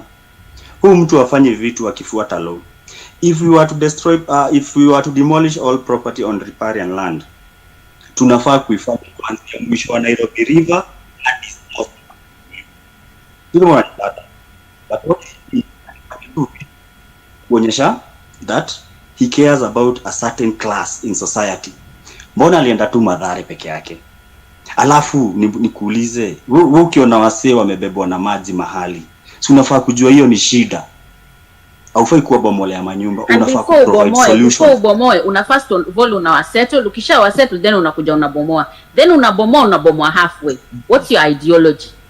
Exactly. What are you selling? Exactly. So ile inafika Kenya inakuwa the I have and the have not. Hizo ni gani? Shule isha katikati. Hizo vitu haziendi because kama unabomoa, whether that house cost what, hiyo nyumba inaenda chini because hiyo line yote umechukua. So when you value that person's money, it means now kama una do Kenya huwezi survive. What are we selling? Sasa now you are further proving that this guy is a motherfucking liar. His main agenda during his campaigns was he is a hustler. He knows our flight, nini, anajua vitu zetu, anajua venye tuna struggle, anajua nini. Mimi nimegrow hizo ghetto. I thought this motherfucker knew akivisit anakamna ka wheelbarrow hapo hivi anaonyesha wase venye ako into that game. Little did we know, this motherfucker is a liar. We cannot trust this guy. We, lazima wheelbarrow ingetembea. Men. Lazima wheelbarrow ingetembea. Nani ana vote? Hebu nionyeshe mtu akileleshwa anaenda kuvote saa ngapi? Saa 6. Hao watu wa ghetto ndo wanaanza kuvote. And then hao watu ndio tena unakuja kuwanyanyasa. What kind of heart do you have? Because you came with the version of standing with the people and voicing out for the people. Now ukianza stories za mafuta, huyo mtu wa chini ako wapi? You know, like mtu ako kilele atanunua mafuta thao hata sikii kitu. Tena unasikia anauliza kwani did it change because yeye amezoea kujaza full tank. Wewe uko hapo chini, by the time mafuta imepanda, everything from chakula to nothing zinaenda juu because chakula inabebwa na moto ikipelekwa market. Mafuta inatengezwa na nini? Kweli? Alafu Kenya Power ameshindwa kitubia hapa daily. Wakitumia kuna time Kenya Power anatumia the dams, kuna time wanatumia mafuta. And you know they keep on charging us na bei moja ya mafuta, like wanaitumia mafuta daily. During El Nino kuna power ilipunguzwa bei. They are always constant. So stories zenye watu wanaweza kuarticulate, there are so many. There's so many things that we really need to come to a round table. Ziwe corrected, and you cannot correct if you have a system that is below you. Wale watu wanafaa kupatia advice, they're the ones that are trying to corrupt everything and to mint where they can mint. You want to milk Kenyans dry, like people are going to even suck their blood, so what? You're rather high bambi. That's what I'm telling you. Huh? So the moment you start, first of all, ange dissolve the entire team ambaye they have questionable characters, ambaye hawaja perform, ambaye hawaja deliver, that whole lot, so that at least you see this dude has done something, so that you can see that actually people are voicing out. Because you see, the moment you dissolve, you're going to show us that you've taken a step forward. But you cannot tell us, by the way, this was the best deal for you guys, you didn't just notice it. How now? You're actually trying to tell us that all of us, we are wrong. So tuko very wrong, and we are actually not seeing your point. Like all those Kenyans that walitoka kwa street tuko very wrong. Like seriously. Unajua mse bado anaona ni watoto wametokea. Unajua anaona ni watoto wametokea. That is the problem. Now back to the main agenda. Waacheni niwaambie mbona sisi wote tumejam. Unajua tumejam kwa nini? Tumejam juu bado hii ilikuwa part ya narrative yake. Akikame into power alituambia ndamaliza corruption, nitashughulikia vijana, nitapunguza budget ya country, nitafunga kwenye pesa zinaibiwa. Mind you, Uhuru alikuwa hapo akituambia 2 billion zinaenda daily.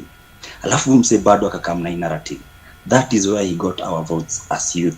Because me I'm old enough. I usually nimevote mara 3 so far. So umse alikamna ile kitu we have been waiting for. As in ni nani atakam kutuliberate na tumchague vizuri tu bila vita or anything. We gave the motherfucker power, but he got too drunk. Mimi nimejam mbaya sana. Mse mwingine achukue mic yao.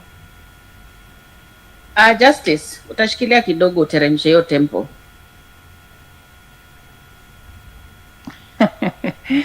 That's our many men nakusikiza. I just wanted to let the room know that there's actually a website where you can recall your MP, because I keep on hearing people asking, where can we get the signatures? We need over 40 million signatures.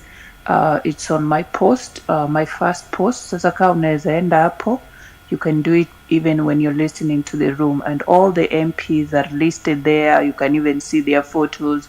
So let's get that going and let's spread it. So for now, that's what I wanted to share, Be Real. Thank you very much. Your tempo ilikuwa iko juu kiasi. Thank you for that. Because it pains. And if you live in Kenya, we have certain areas that actually students are still sitting under a tree. And then you find an MP of that particular area going to give a huge donation to a church. You're telling us you've removed food from the kids that actually now started going to school sababu walikuwa wanapata food shule. Yani hata mtoi unamnyang'anya food. And if you check what you've spent, it's not equivalent to what umenyang'anyana. We have kids that only eat 1 meal. Sasa hiyo shule venye walianza kupeleka food, they actually had a reason now to go to school. Brian zima mic kiasi. So when you're taking this plate from this kid, unataka mtu yeye ande shule aje? It's not making sense. It's really paining. It's really painful, because now we are turning like we are begging in our own country. What's that supposed to mean? Mapema chukua kiasi. Thank you. In fact, I'm annoyed. Are you getting me, guys? Yeah, I told you ukianza kuongea nitakupa so. Ukiona so unaendelea. Thank you. I'm a bit busy and also participating. Kwanza nataka ni sound warning kwa these counties, from Nyanza. We have Homa Bay, we have Migori, we have Kisii, we have Nyamira, we have Kisumu, we have Siaya. Na zenye ambazo zitakuwa sija count. Kama unajua unatoka from either of those counties, please don't play monkey tricks with us. We are not children here, and whatever we are holding here is serious. Alafu pia niliona jana kuna wajinga walianza kufanya upuzi eti wanasema wao from Nyanza. Nyinyi from Nyanza, nyinyi mlituita sisi, mlituzaa, mnasema nyinyi from Nyanza.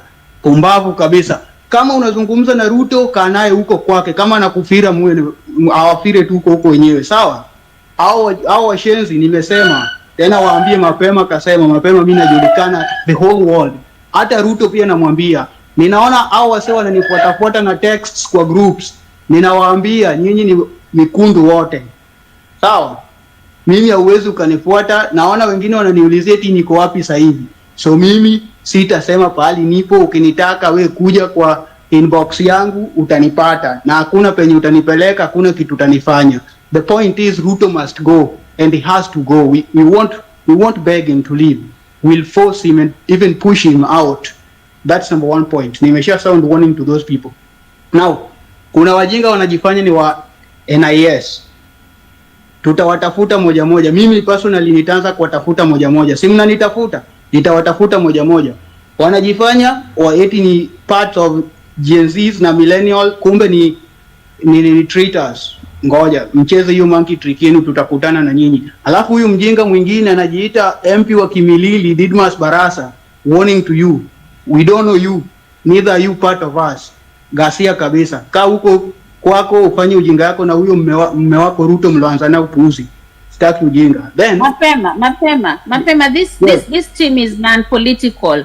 We don't want any politician. We are not with any politician. Wao wakae huko na mama. Kuna wajinga wanafuatana na yeye. Juu alidai eti yeye ameshachukua leadership, ni leader wetu. He's not our leader. That's what I mean. We don't have a leader. Neither did we consult anybody to take ring to lead us. Nobody. We are on our own and we are fighting this battle on our own. Aya, nimemaliza kwa warning. Sasa ulisema kwanza, kabla sijaendelea niseme maswali nitauliza Ruto. Nina maswali mawili. Na popote mtu mjinga yote anayesikia mpelekee Ruto, mwambie mapema ameuliza. Number 1, Ruto amepeleka 400 police officers kwa Haiti. Hata they are less trained. Polisi ni watu ambao hawajapitia hata training, mimi mwenyewe nimepitia. Wamepeleka kwa Haiti, wanaenda kufa kama flies. Mnanisikia? Halafu anatuambia hapa country anatuletea wanajeshi, kisa amekosa polisi wa kutosha kuleta ulinzi, na bado ana plan kupeleka 1100 ili wafike 1500. Ruto, acha ujinga. Hizo ni damu za Wakenya. Jana ulisema hauna damu mikononi mwako, you got the blood in your hands. Know that from today, from me. So nakuuliza, inakuwaje unapeleka polisi kufa Haiti, unakosa polisi wa kulinda nchi yako hadi unatumia wanajeshi? Wewe kweli una akili kama rais? Wewe ndio wa kwanza kuwa na watu special na so strong to fight? Hiyo ni swali ya kwanza, nataka unijibu Ruto.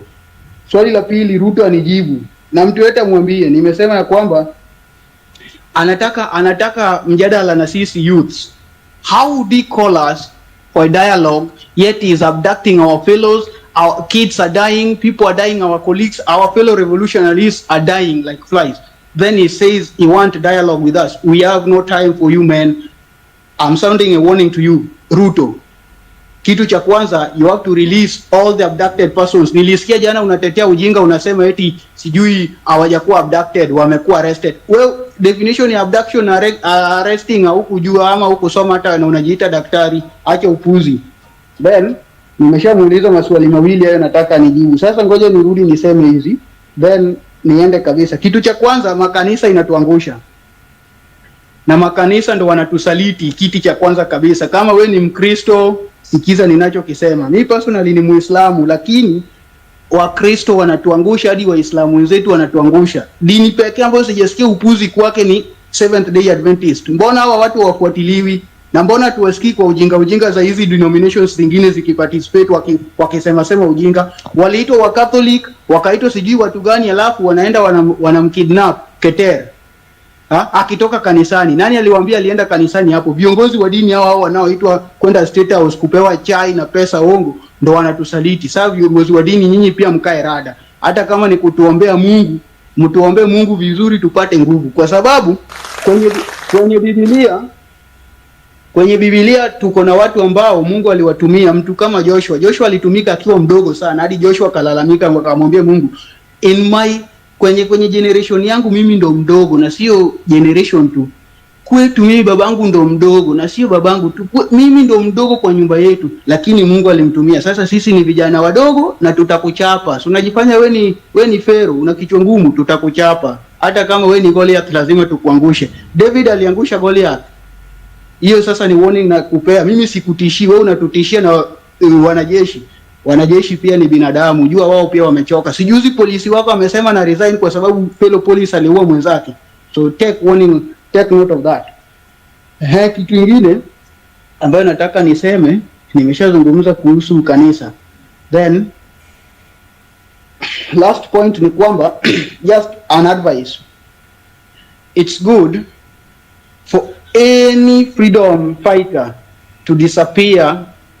Hii ni kauli ya mzee Nelson Mandela wakati alikuwa anapigania uhuru. Alisema he was ready to die, I'm also ready to die. Wale wanaodhani mimi siko tayari kufa, nishajitoa mwanga. We are ready to die and I believe everybody in this crowd is ready to die.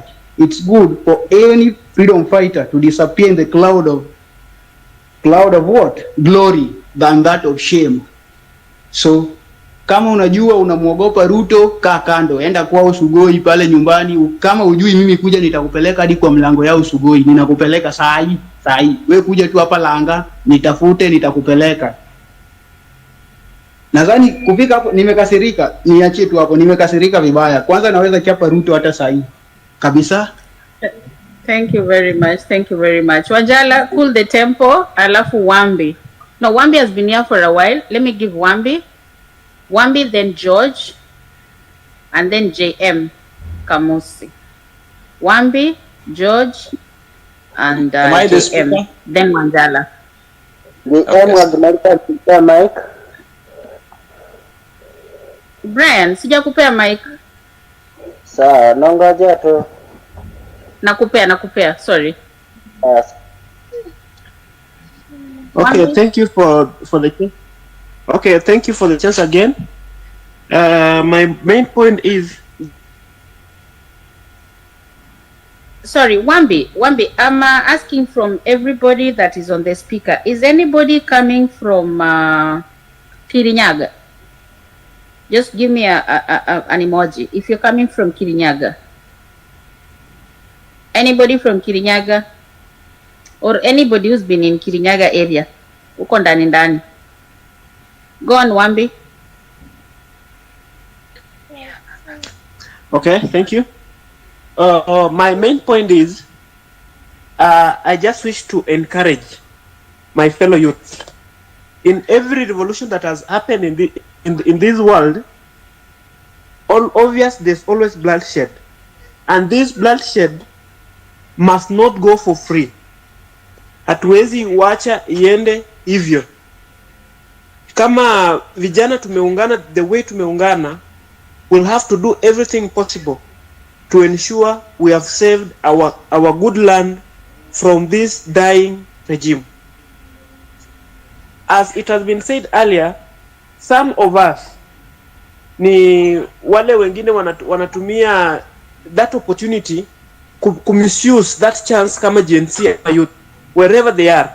For example, day before yesterday, there's a group of people who visited Tongaren MP, this incompetent Choni Chikati, claiming that they are Genszs who have gone to discuss issues about Genszs.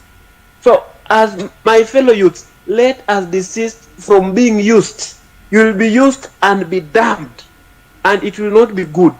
So let us remain on the main focus that is going to pull out Ruto from the State House. Secondly, personally, I'm in Machakos.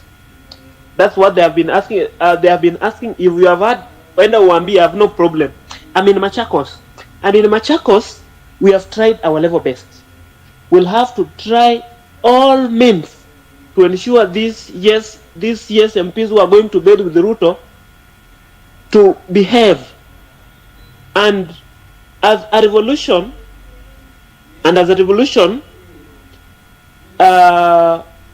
we'll use the possible easy ways to ensure Ruto is gone. For example, in 1994 in South Africa, when the apartheid regime was at the peak, the same thing, the youths came out speaking in one voice. This phrase that when we lose our fear, they lose their power, came from South Africa in 1994. The youths came together, talked the same voice, walked the same distance, walked in solidarity, and ensured apartheid regime has gone. So as Kenyan youths, let us speak in one voice. Let us work together as brothers and sisters. Let us do everything to ensure our brothers, sisters, our parents and grandparents are safe. The issues with what this regime has introduced and doing is ungodly. These evil plans are going to fail, and they can only fail if we can unite together. We are guided by the rule of law. They claim to be upholding the rule of law and the Kenyan constitution, of which Ruto and his team are not. For example, Kenyans are allowed to assemble, picket, and do anything peaceful as in Article 37. But now it is ironical that the president is ordering police and the Kenya Defense Forces to come and disrupt peaceful demonstrations, which youths are doing it without any harm. So as Kenyans, let us wake up. Let us educate our parents back in the villages. And in Article 29, we are entitled to have adequate security. Our youths who are coming out speaking their voice, our youths who are coming out saying what is wrong, who are coming out to condemn what this dying regime is doing, they are there being kidnapped. Why is it that this constitution is not being upheld? If they claim to be upholding the constitution and being guided by the rule of law, why is it that they are instructing the institutions of government to come and frustrate these youths? As Kenyans, let us wake up. Let us work together. Tomorrow, wherever you are, wake up and move. Anywhere where there's space, where you can air your point out and be heard. If we are going to keep quiet, we are going to die. Wambi, sorry. The rule of law applies only to the poor. You're not aware of that?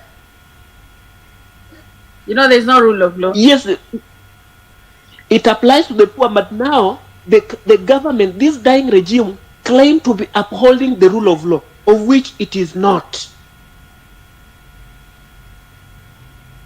Okay?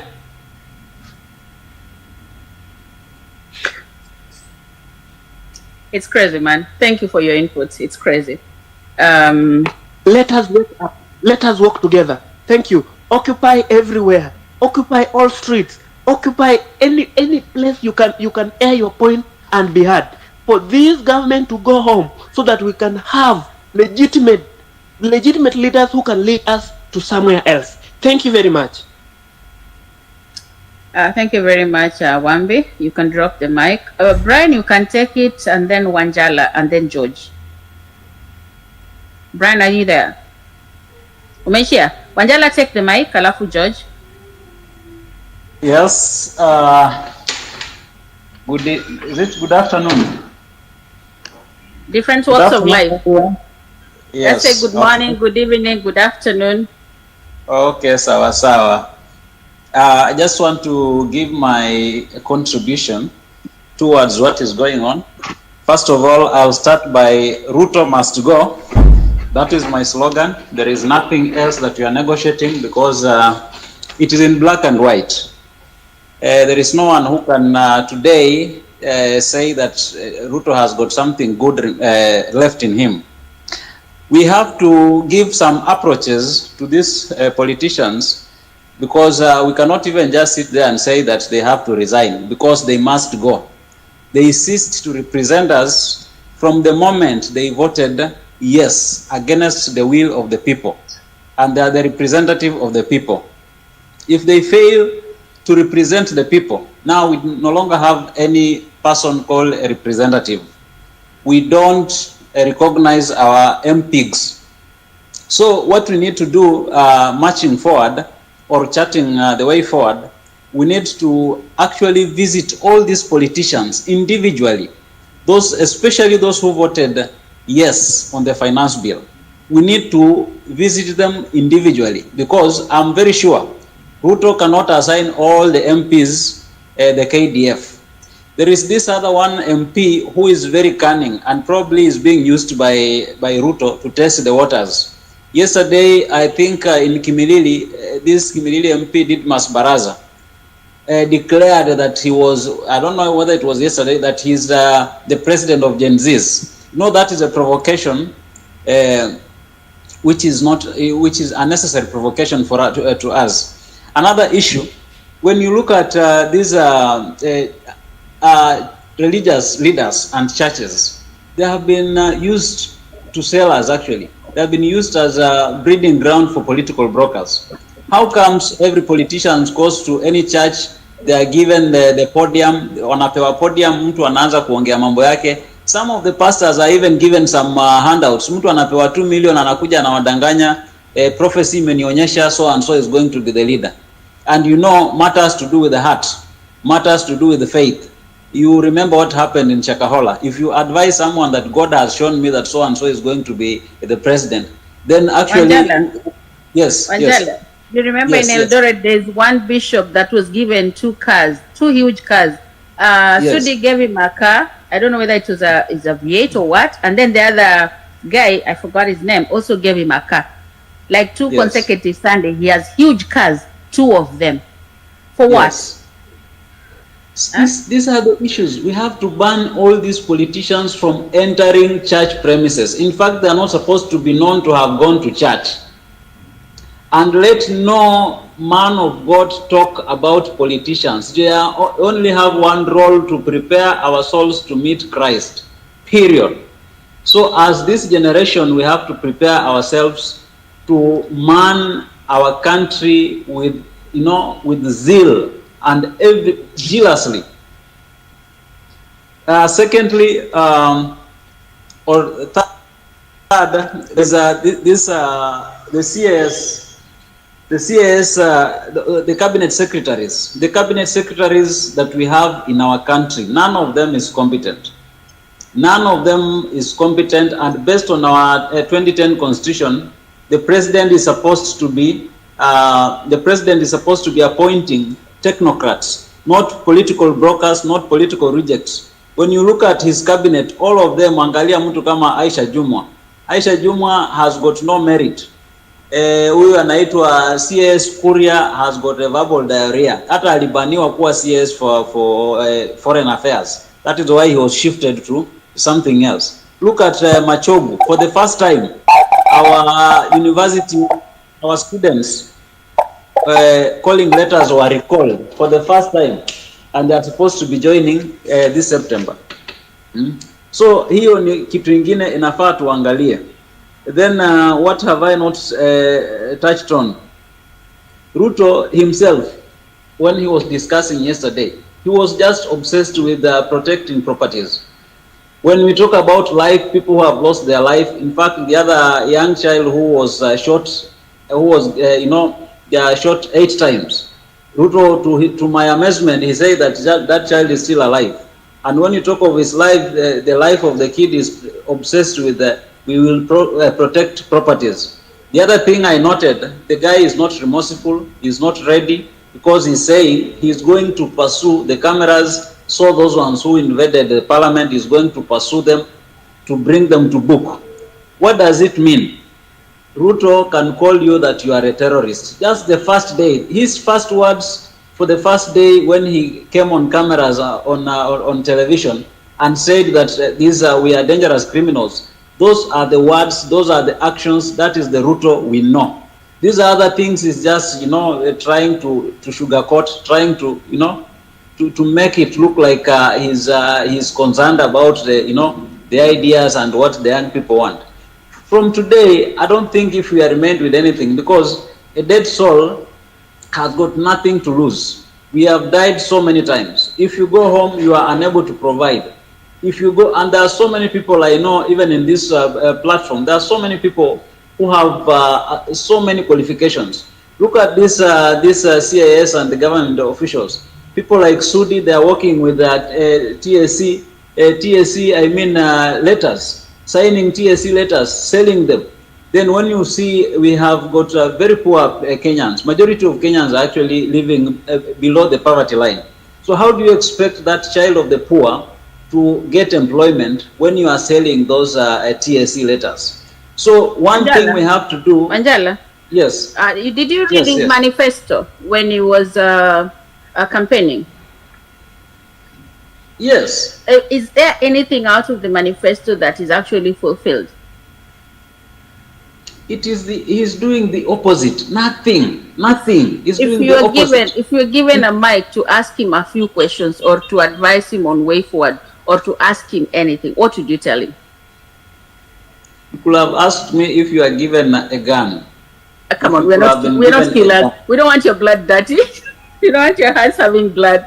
We're not killers. What would you advise him? Let me ask you one question. On your way home, and you come across an egg of a snake, of a python, will you allow that egg to hatch so that so many people are going to lose their lives? Because today, even as we are speaking, there are people lying in the morgue.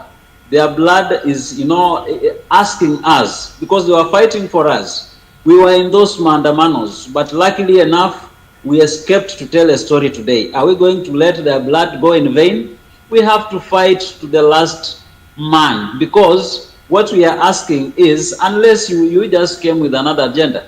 But my agenda, I know that Ruto must go. I'm willing to die even today or tomorrow. But those ones who will be there will have lived to see, because we want a just society, we want a fair society where each and everybody can access to, either can get a job fairly, the competent will get, competent-based society. Sio competence-based society, merit-based society. Sio ile ya kujua ati wewe unajuana na nani, wewe uko na nani, hata saa hii wewe ukitengeneza kampuni. Will you get a tender? You can't get a tender if you are not known to these politicians. They are giving their relatives, their nephews, their nieces, their whatevers, their in-laws. Yeah? Kimani Ichung'wah himself, nasikia sijui shemeji yake ni ambassador South Africa, mwingine sijui ni nani, sijui mwingine ni nani, sijui mwingine ni nani. And those are the kind of people we want us to trust. We have, that is why I'm telling you, we need to give an example to the MPs. Namely, this person called Didmus Baraza. Where does he get the zeal? Where does he get that bravado to walk around in the villages still, just stamping that he is the Gen Z is the president for Gen Z? We need to give them an example, at least 2, 3. Hii mambo ya kusalimia tu hai make sense. Didmus Baraza himself shot someone to death. You see, an eye for an eye. This is the time where if we have to take a revolution, a few people will die, a few people will survive, a few people will serve as an example. As Ruto is making some of us to serve as an example, we should also make some of the MPs to serve as an example. From that moment, he will know that it is serious, because even he's not ready to fight corruption. You see, he's not willing to fight corruption. When he was asked the issues of the edible oil corruption and the fake fertilizer, He said, oh, we fired a few people. Those people who are fired are juniors. Yeah? The CS, that means the CS is incompetent. What is he doing there? He has not shown anything to show that he can fight corruption. We cannot trust him. He is lying. He has lied. He will lie. And he will never do anything, achieve anything. If we go that way, sisi tutakaa tu. Look at, we are in a society where actually, in our society, currently this generation, millennial and Gen Z, there is no something called tribe and whatever. In fact, most of us are like non a half breed. Unapata mama sijui anatoka wapi. So we don't want such things. Wanasiasa wanatuletea mambo ya ukabila when they want to gain for themselves. Akiiba anaiba peke yake. Akiguzwa anasema, oh, now the Meru community, the Luya community is being targeted. Hii upuzi ndio hatutaki. We just want a just society. We want where somebody can live and know that I'm a Kenyan. And that is what we are looking up to. Na mimi haijalishi, if I get even a gun, I'll go with it on the street. And I'll not aim at anybody who is innocent. When I find someone like Muhammad Ali, aambiwe niko Mombasa sahi, akipatikana mimi nikionana na yeye, mundu humundu, tunamalizana. So I think I'm done. Thank you very much, Wanjala. I'll go to some comments. It's a bit touchy, so that before I hand over the mic, just give me a second. I read a few comments.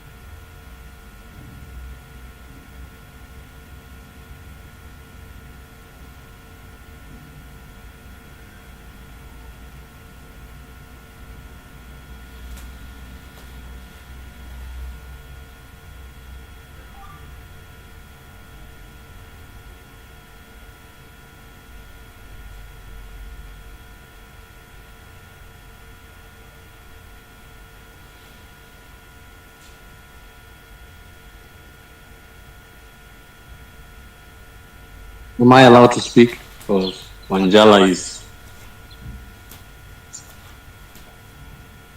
You are reading comments, and George, you will go, and then after George, we'll give GTM, and then Kim, then San. When you start talking, I'll give you an emoji of 100 to let you know that we can hear you. Unapologetic, you'll go after Son of Israel, I think. George, go ahead. Thank you very much. I want to speak on three things. One, good governance. I think the whole idea that has been there for the last couple of weeks is all about good governance. And this starts from the village that we are coming from. Our representation from the ward level up to the national level? Are our bursaries to students being distributed to the level of satisfaction? Do our counties, giving us the best that they can give? And it touches the all 47 counties. These are the questions that we are supposed to ask. The 30% set aside for the youth, women with the disabilities, and so forth. Do we get that ratio? If not, that is the question we should continue asking, knocking the doors to ask, where is our ratio? Secondly, the issue of being tribalist and leaderless. Can we sustain this? And I think the gap that we have seen in the last 2 days, some prominent leaders, declaring themselves as the leaders of the so-called the Genszs, is the question we have to ask ourselves: can we sustain remaining leaderless and remaining tribalist? Because once we deviate from the two, problem comes in, the division comes in, and now we start to speak, oh, I come from this particular tribe, my tribe did not vote yes, my tribe voted no. Or my leader is this, and my leader is that. And finally, point number 3, I think we need to be cautious with the church, because the voice of the church has been heard. And more so, be it the Muslim, be it the Christians and so forth. So the church, I think it is has a role to play, and I think we need to be with them on this particular moment, where not just giving us the prayer, but also to speak, because they have a voice, and their voice in many occasions, the history shows that the church, when they speak, they listen. Not just in this country, because we have had leaders who have spoken during the eras of Moi, and Moi could listen. In South Africa, elsewhere, the church, Martin Luther King, is this the representation of the church? He spoke, and people listen. So as we move on, we need the church, and we need to be moderate in our condemnation of the church, because very key element for the success of the strive for the good governance in this country. I think I'll leave it at that point.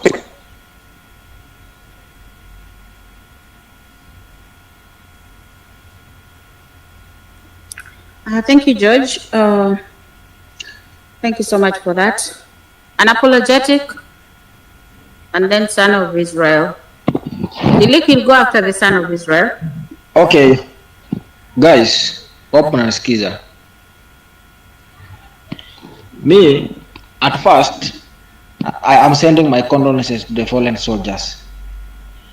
And second point, to anyone who is here who voted for this Ruto, I say shame on you again. After all, hakuna mtu hapa amezaliwa below 27. Muliona story na ICC kiwa mkiangalia who is this fucking nigga. Mumangalia scandal zote huyu jamaa kuwa deputy president. Kimware na Aror zote zina dwell under him. Mumangalia vitu zote halafu unakuja hapo unaenda una vote na kiasi. None of you, kila mtu hapa ambaye sheria nikiamba church the guy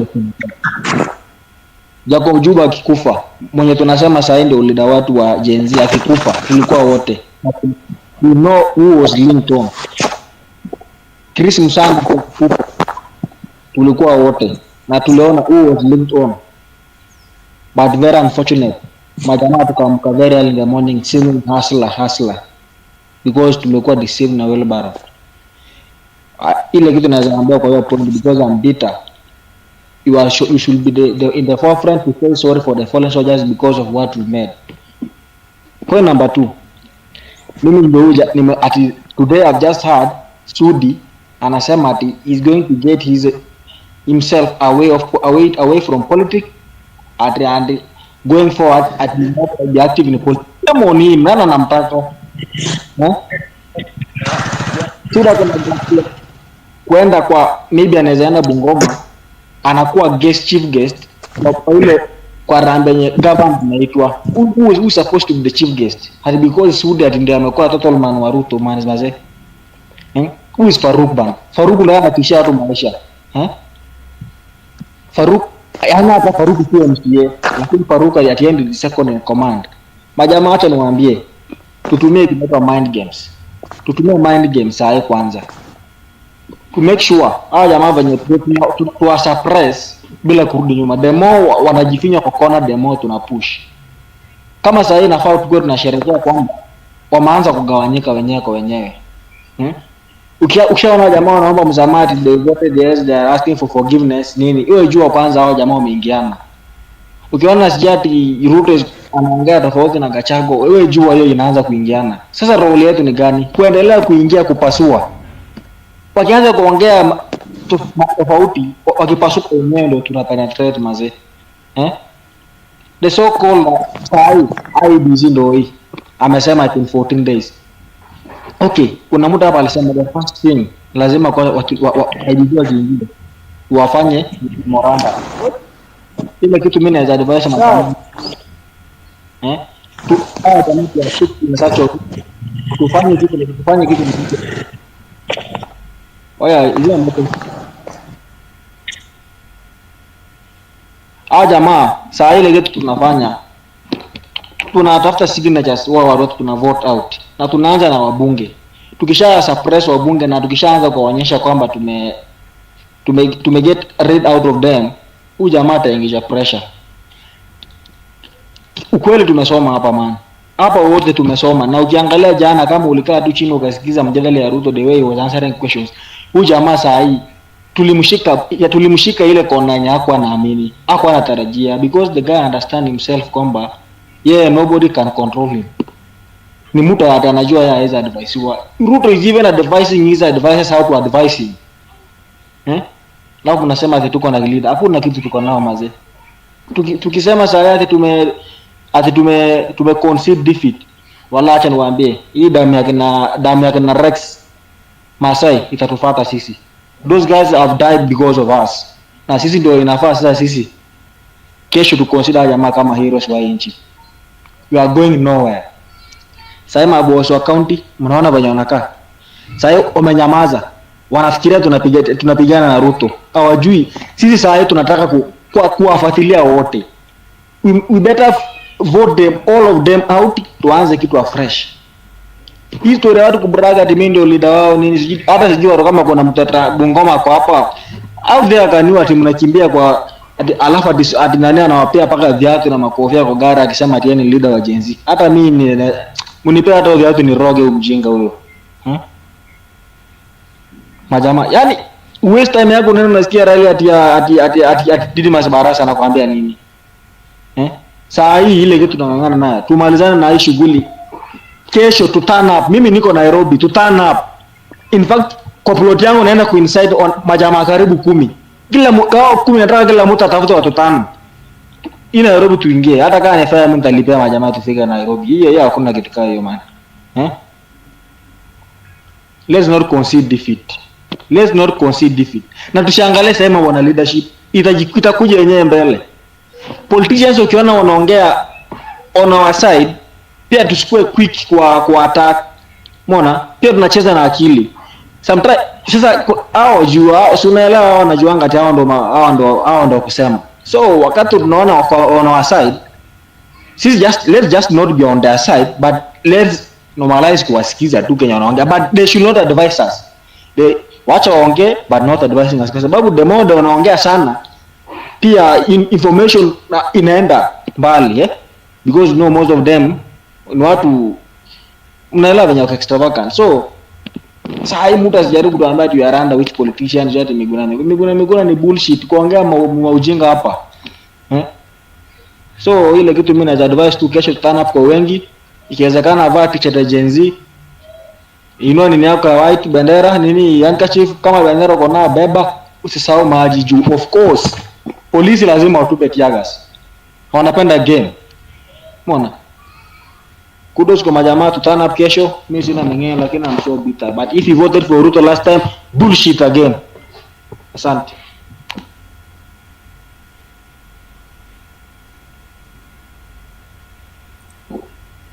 Well, Sophia, if you're on the mic. Yeah, I'm here. Okay, go ahead. Okay, I would like to thank the opportunity that you've given me so that I can speak to fellow Kenyans, and my condolences to the fellow comrades who passed away. They are our heroes. We should not forget them.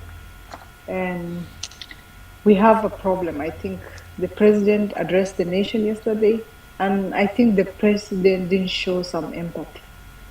Ameendelea tu hivyo without even, you need some empathy. This is your people. You are the head of the country, and these are your people that have been killed. He didn't show anything. This is very sad reality for today. But the other thing today I want to talk about is the foreign policy. Mi naona tumeangalia sana mambo ya inside, but sasa we need to focus. Foreign policy yetu inaendaje? Kwa nini sisi tuko tu puppet fuata upepo? Whereby just Germany inakuja, president ana meet sijui na leader kutoka Germany anasema ati tuta export labor. You cannot build your country exporting labor. It's not possible. Na hii kitu watoto wetu ndio tunawasafirisha kwa countries ambao wanalipa cheap labor, na our children are being mistreated, really, honestly speaking. Lakini kuna kitu moja lazima to understand the politics now.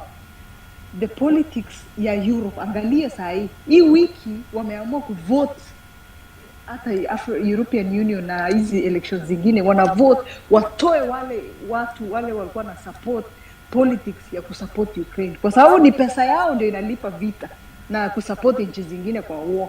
Kwa nini wana vote out to those leaders? Kwa sababu it's not the interest of their country. The same thing we are thinking as Kenyans. We need to think, kwa nini foreign policy yetu itume watoto wetu nje kupigana? How many kilometers from here to Haiti? Tuna benefit kivipi? Hata kama one of the police will be paid 100 pound, maybe 1,000. I know it's a lot of money. But what is it in for us? Individually, lazima tufikirie.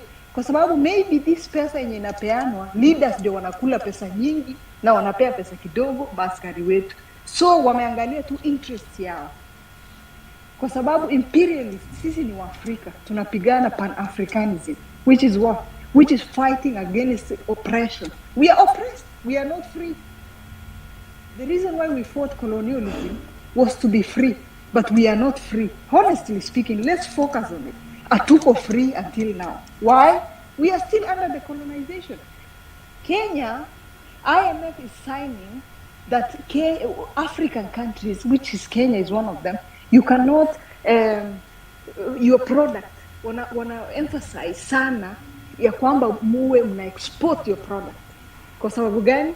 Ndio wale watu wako kwa nchi wanunue hizo product in a little high price, lakini zitume wapi? Nje. Now wanna encourage hiyo sana, and the government is listening. We need to be like other countries who are independent mentally and physically. We are not independent. Na hizi story yote yenye tunaongea, kuna mtu ana push hapo nyuma hapo kwa curtain. Ruto tu ni puppet, ile marionette imewekwa hapo mbele tunaona, lakini nyuma kuna watu ambao foreigners ndio wanasukuma hii nchi, na tuko colonization.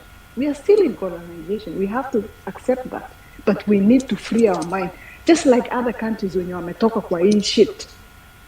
Tuko na shida, lazima we must accept it, but we need to ndio mimi nasemanga tukitaka leadership yetu, we need to get leadership wenye wako na akili pan Africanism, wanna think about how we can be independent, because it's not yet uhuru.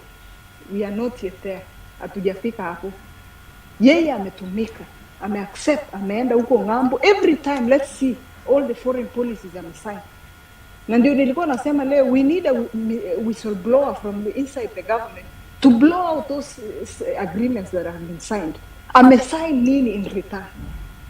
Mkoloni hawezi kubali kukuambia amesign agreement and he's going to give you this instead of this. Tunaonanga, that's why the president of Uganda was saying, tunaambiwanga to sign agreement, they show us what they give us, but we are not allowed to say on the news hapo mbele kenye sisi tumepeana in exchange, because mtakasirika mwanze kukimbia kwa barabara, mwanze kudemonstrate. Hawataki kusema ni nini tume exchange for Haiti, hawataki kutuambia ni nini tumepewa in exchange for being NATO ally. Inatusaidia aje sisi NATO ally? It's us who are suffering. Leo mambo ikiharibika, Russia ianze vita na China na waanze na America, si tutatuma watoto wetu juu si tulikubali hapo tukasema tunataka kuwa NATO ally, tuumie kwa war ya watu? What are we benefiting? Na tumecoloniziwa more than 200 years and then tumedanganywa ati we are independent. Hatuko independent, tumeshikwa nyuma, back of it, whereby they control everything. Our farmers wamelazimisha kwamba they cannot share seeds, and farming, the backbone of the country is whereby the farmers can produce na people wanaweza pata affordable food, ndio watu wasikufe njaa. But our people tumekontroliwa na IMF, wanatuambia statistics how we can do it. The same thing that is happening. Privatization, tunaambiwa ya kwamba it's good for us privatization because nyinyi mko na deni na mwezi lipa, kwa hivyo hizi kampani zenyu zitachukuliwa na wakoloni imperialist ndio wapate pesa wa control mpaka deni zenyu zije. Hii ni mambo ya wazungu, na hizo World Bank wenye wako nyuma ninaongea about them. This is the issue we have and we need to deal with this. The other thing, why would the government recently talk about vaccinating animals? Mi hata nashindwa hiyo ni ya nini? Really, honestly.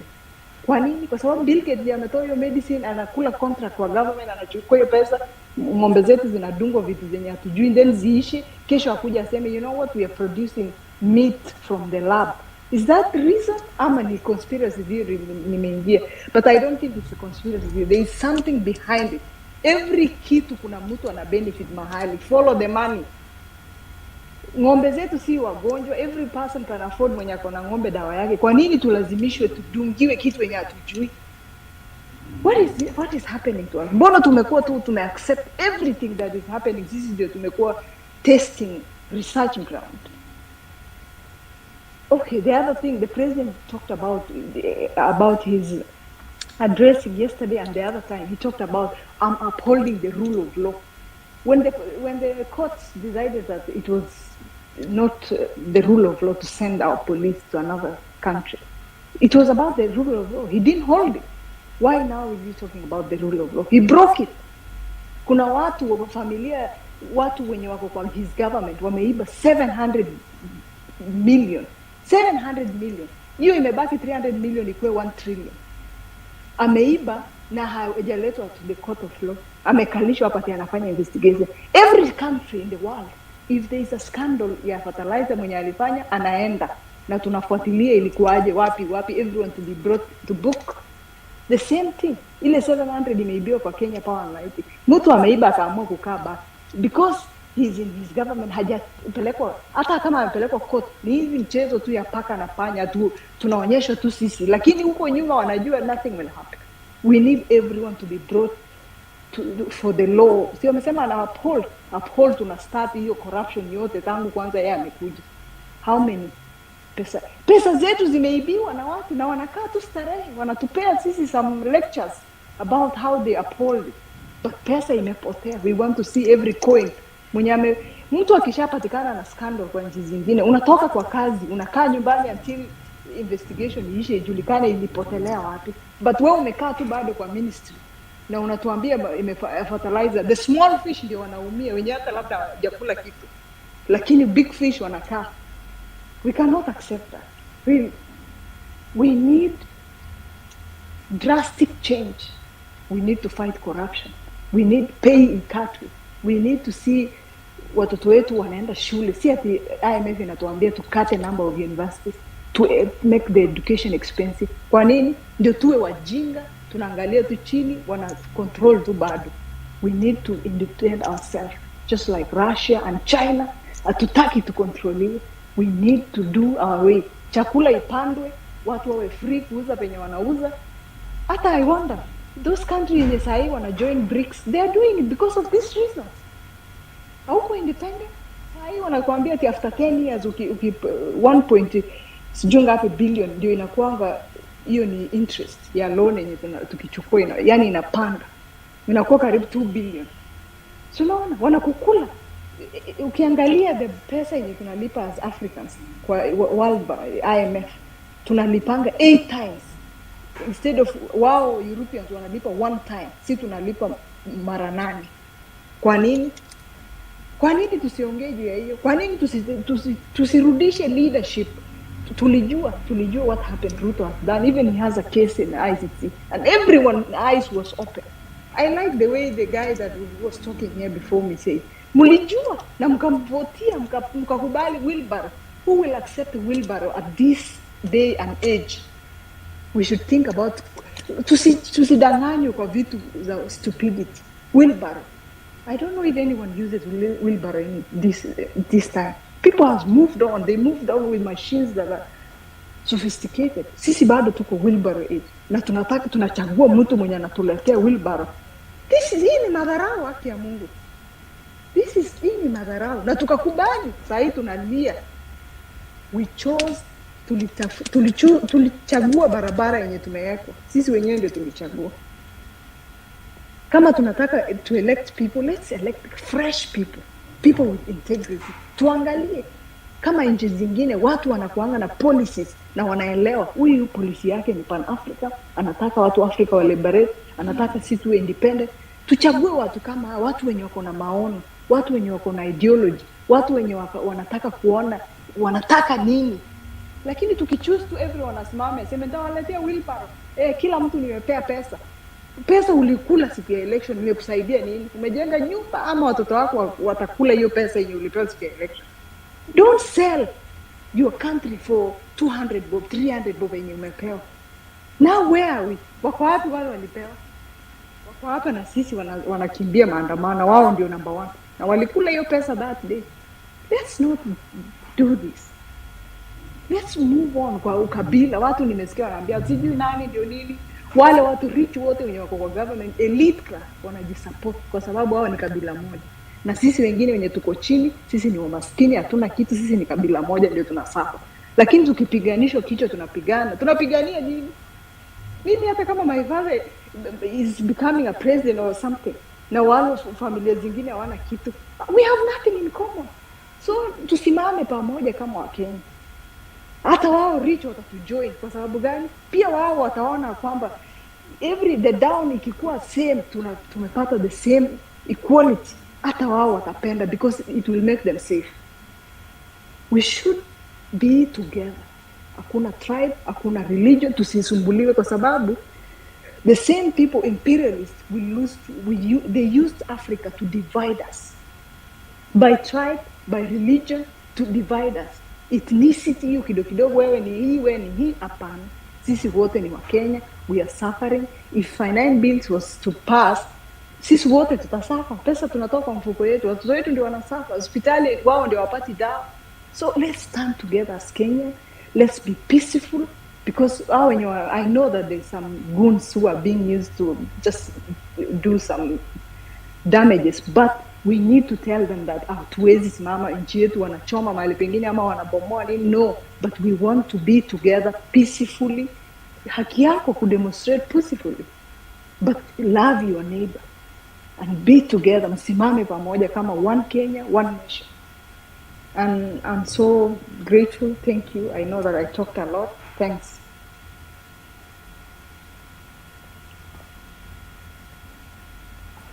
Thank you very much, Sophia. That was quite intensive. And you've actually covered a lot of points. And that's why I gave you the minutes extra. So John Ogola, and then the Genszs, then Meshi. Son of the Israel, Ushongea, because it was your turn before Sophia. Ushongea, okay, you can take the mic, then John, then Meshi. Thank you very much. First of all, message of condolences to the families that have lost their bereaved ones. It's so sad to see a 12-year-old child whose body is riddled with bullets na tuko Kenya moja na mtu mwenye anasema he is alive, right? Hiyo inaitwa sijui, hiyo ni sadism. He is a sadistic motherfucker. I'm sorry for using such harsh words, but that's the only way you can describe. Imagine kama wewe ni mzae wa huyo mtoi. You've lost a child. Your future, that boy, dead. And someone says he's alive, right? The president, who is supposed actually to have apologized. Mi ningependa kuambia wase, my youth, if you are listening to me, and I know you are doing it, those wale wanalipwa na hao politicians wenye wanatumia divide and rule tactics, please eat the money and go against what they tell you to do. There is an organization nimeona kwa Kenyans.co.ke inajiita sijui the Nairobi Youth Business Community yenye inasema ati we have lost a lot of property.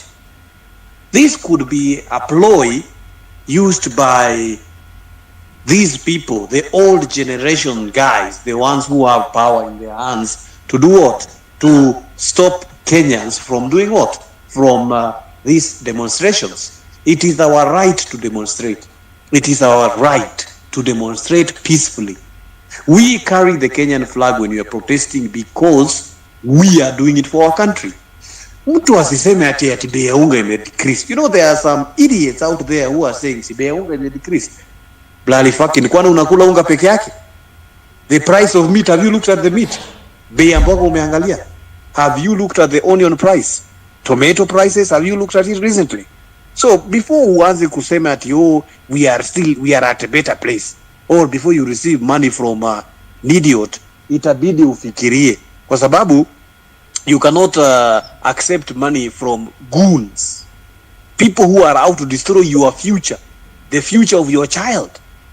What future is there for a child whose future has been eaten right now? People carrying money in sacks, taking them there. It's so sad.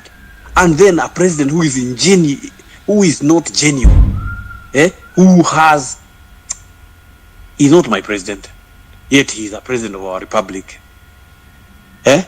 Recently, a colleague of mine, I'm sorry to say, tulisoma na yeye, alipatikana ametupwa, dehydrated and weak, for leading demonstrations and peaceful as a student leader. Is this the country we want? A country where mtu anafichwa? Is this what we want? Kama uko hapa youth, tafadhali, don't be used to turn on your fellow youth. We are not fighting for selfish motives. We are fighting for our rights and the rights of our children and their children too. Otherwise, the loss of those people were in vain. They died holding flags. Someone's brain was busted on the road to parliament. For doing what? For fighting for rights of these people who are going to be there for future, for you and me. Let us not be used. That's my final words. And also, vijana hakuna kutumiwa. And also, let's not be tribalistic. Naona wanajaribu kuchukua tribal angle. Hakuna Msomali mwenye anaumia wakati Nurudin Haji anaumia. This guy is earning money from the public office. There is no Kikuyu who is going to be hurt when Gachagua is sidelined. We are beyond tribes. If there is an old guy responsible for, I don't know, ofisi fulani, so nataka kuambia, we are not cowed. We are not going to use tribalism as our background. We will not use it. We are not. We are partyless, tribeless, leaderless. Okay, the last thing ningependa kusema ni Safaricom and IMF and Airtel. Naona before tuende IMF tuongee kuhusu Safaricom na Airtel. Tafadhali. You cannot be used to silence the voice of democracy. It is our right to access internet. I paid for internet, so there is no reason for you to curtail the internet connections. You are easy rules. Some things are bullshit. Alafu mnasema undersea cables, do how many kilometers away. Alafu the website net blockers inasema Kenyan internet was heavily censored. That day people are protesting. Alafu tunaambiwa hapa na Safaricom kwamba ati ni sea cable ilikatika. That's bullshit. We can't take such shit. It's our right for privacy. It's also our right to communicate, for expression. The last thing ni vile madam amesema Sofia, tunahitaji kuangalia hiyo foreign relations, mambo na IMF and such organizations are international. IMF kwanza ina control our debts. Wanajaribu kuingiza huyu jamaa box, our president. Please, the next mission is reject IMF. We should reject it. We did not tell them to get involved into our affairs. Nations that have been ruled by IMFs in a collapse. It is history. Everyone knows. You can Google. So, thank you for giving me this ample time. And just our last words of advice is, we are fighting for our future. A future where no one can wake up in the middle of the night to tax us dry. Thank you very much, Madam Speaker.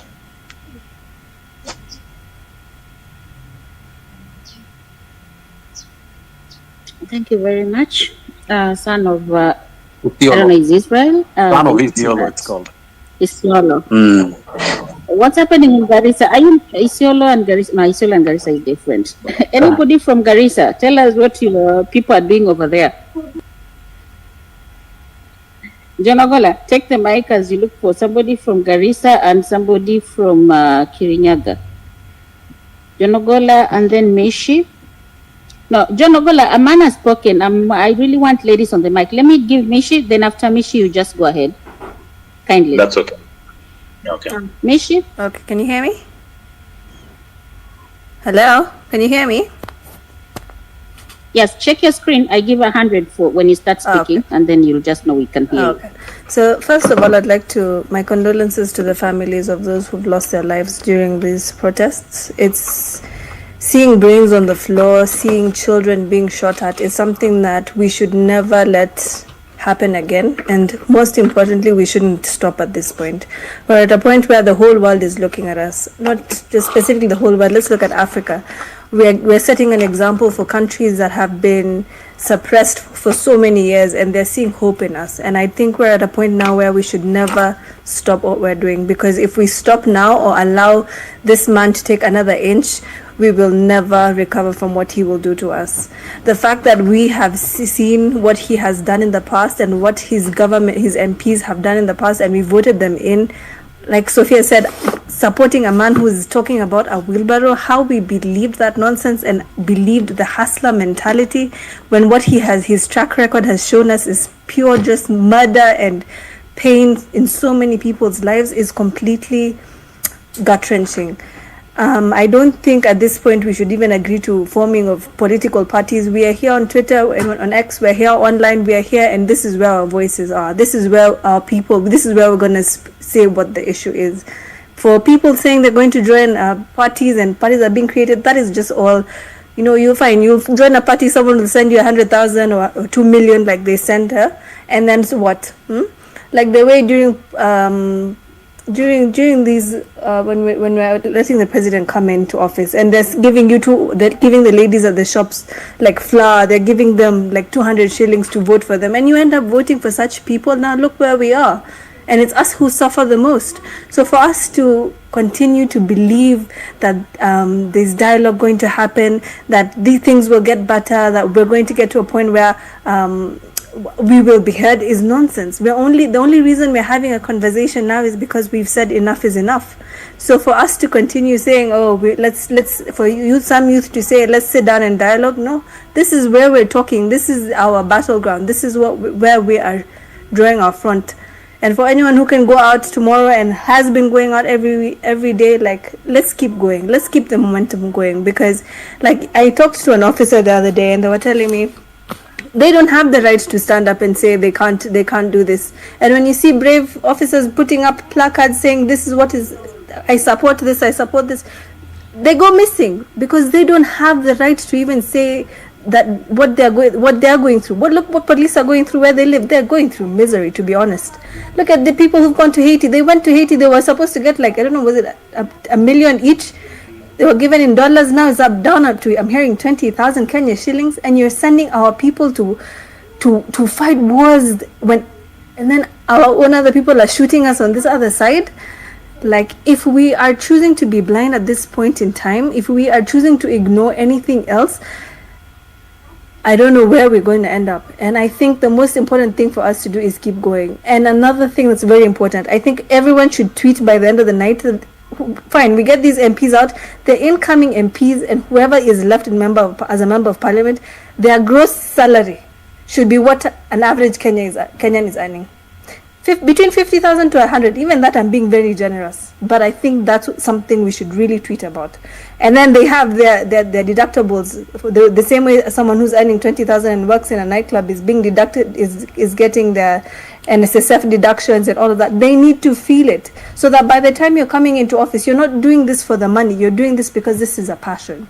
So that's my closing remark. Like, before we go anywhere with new members of parliament or kick members of parliament out, let's have this conversation where we say whoever is coming in needs to know that they're not getting cars, they're not getting nothing. They can take a matatu, they can take a piki, they can take whatever means of to keep them as humble as they are. Because right now, the only reason that they get into office is because they know they're going to steal money, they're going to get tenders, they're going to drive crazy cars here, and the rest of us we just watch and get taxed for it. So moving forward, I think the most important hashtag we should start is let's talk about these salaries for these people. We need to cut all their funding, no more allowances, none of that nonsense, because at this point it's ridiculous. Yeah, that's all I have to say. Thank you.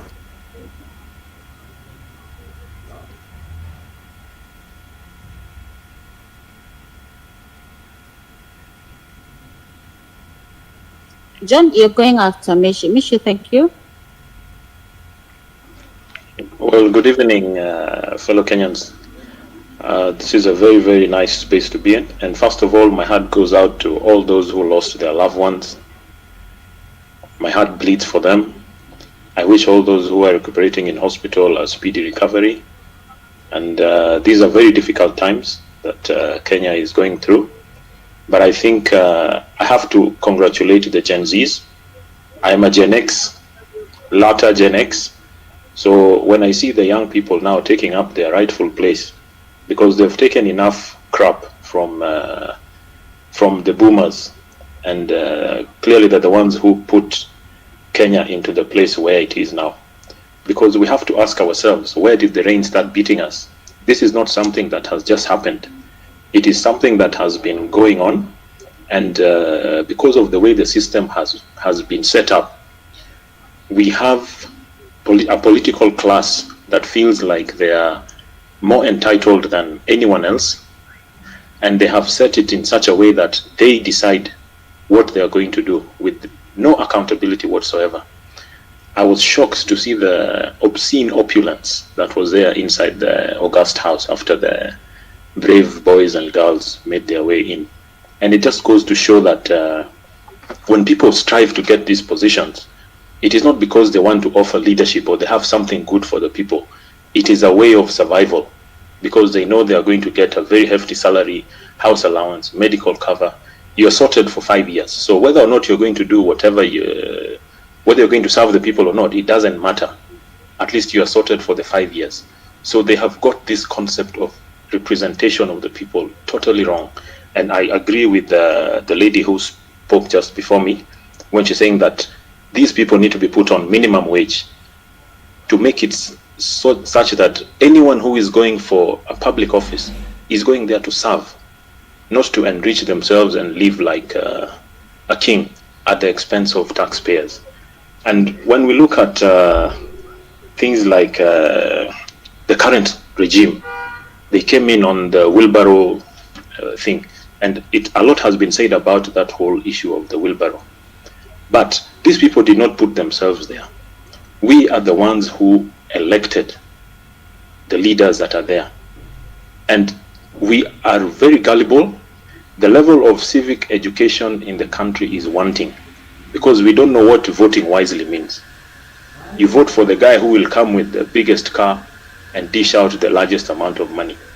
During campaigns, you're given money, you're given 1,000, 2,000, 5,000 and a t-shirt, and you go and sing your voice hoarse supporting a candidate, but you do not take time to interrogate what they offer, what they're going to offer you as a citizen, because you are signing a contract with someone who is going to mess up your future.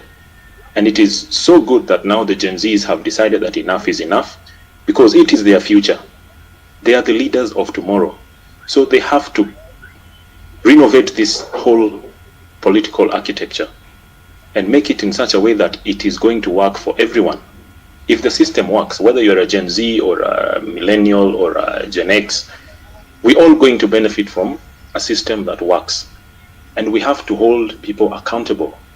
And when it comes to elections, why do we go for criminals, people with tainted records, when we have very clean, honest leaders who are ready to offer?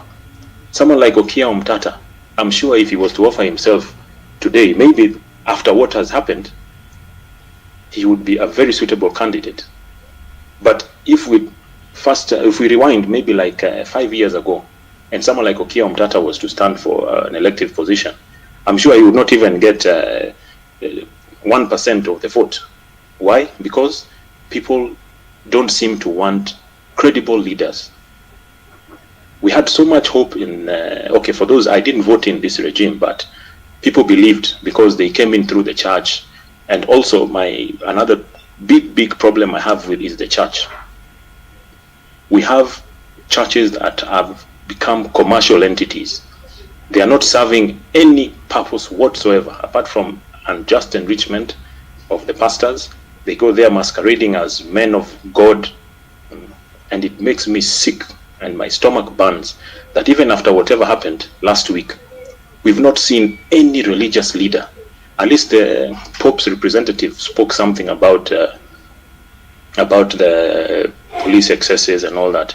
But we have not seen all these guys who flood the TV screens on Sundays with the prosperity gospels. None of them has even gone to do a presser in hospital or even arranged to go and arrange a blood donation exercise. It is the Gen Zs who have organized themselves. And where are the religious leaders? They troop to State House. Whatever they're discussing, we don't even know. So what is their purpose? And as I always say, we are the ones who are letting this thing get out of hand. And it's good that now the Gen Zs have started a conversation where the church has to be held accountable. They have to do what they are supposed to do. And you also have to query that church. What does that church stand for? What is it doing for the people? Are you just supporting a business of someone to enrich himself and live lavishly at your expense?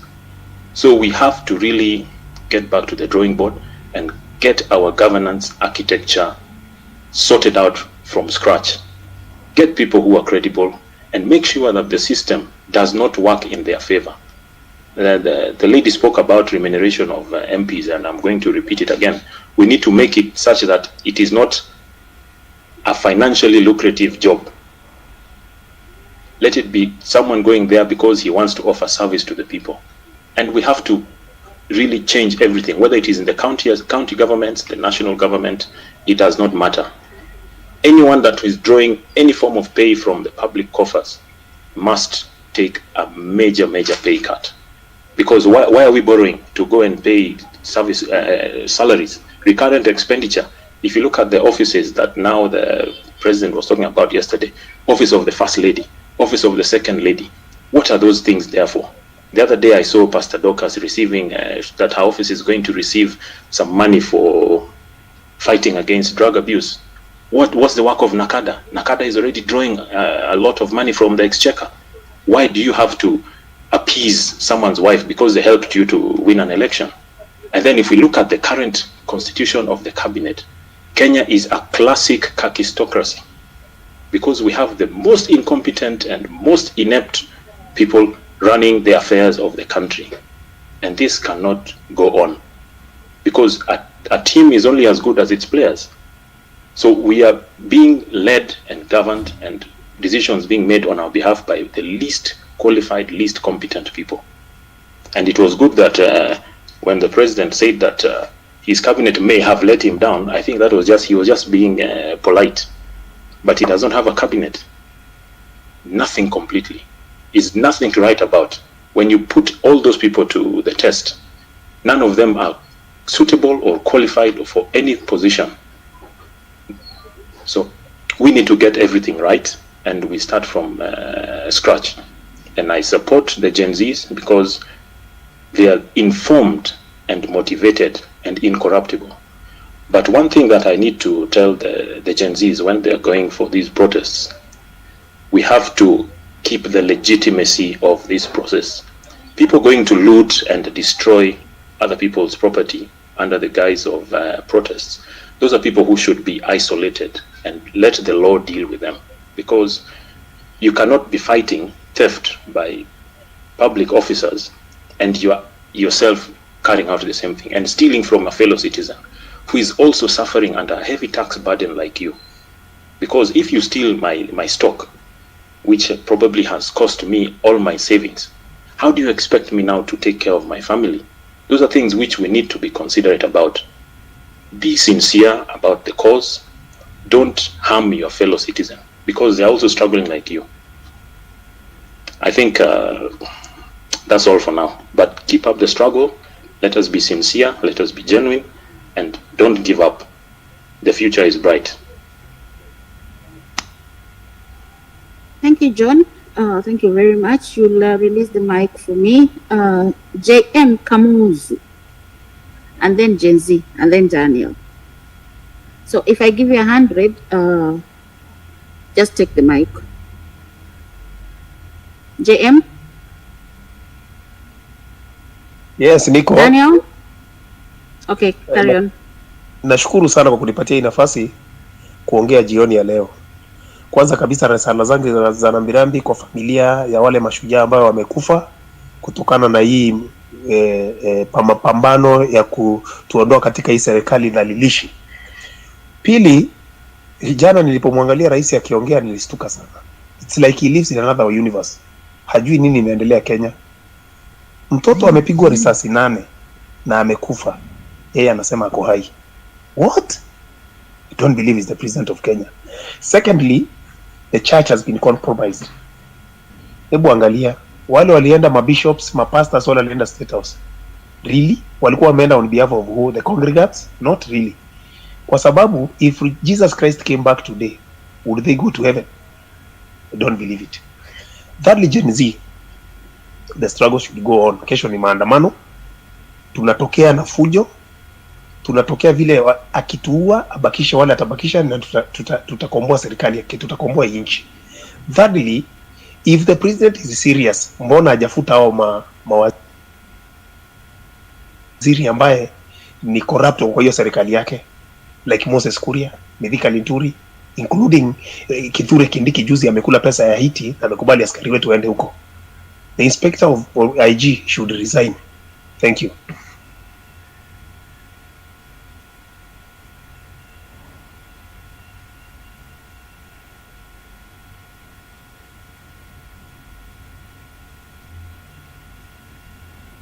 JM, continue.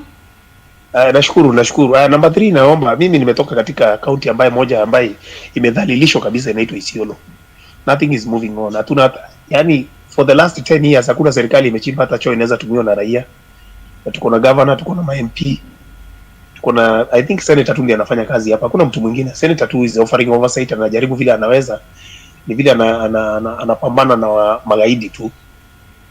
So what I was saying is, apart from local politics, national politics tunasema the president should resign, Ruto must go.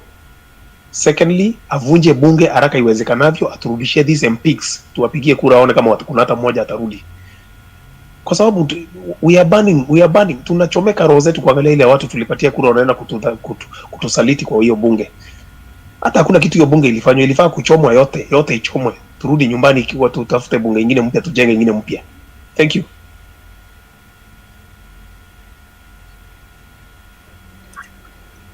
Thank you so much. Daniel, then Unapologetic. Alafu nitasema utaongea kwa ile kilugha uko sawa naye. Sote ni wa Kenya. Tunashauriana tu kwa mambo yametukaba. So Daniel, take the mic. Alafu Unapologetic.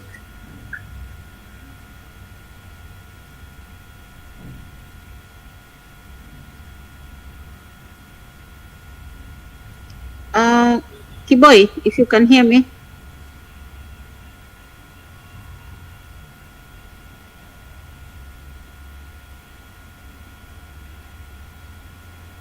Okay, I will remove them from speakers to be able to add others.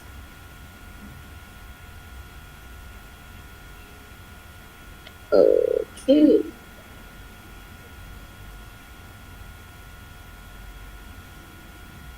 Doctor, you can take the mic.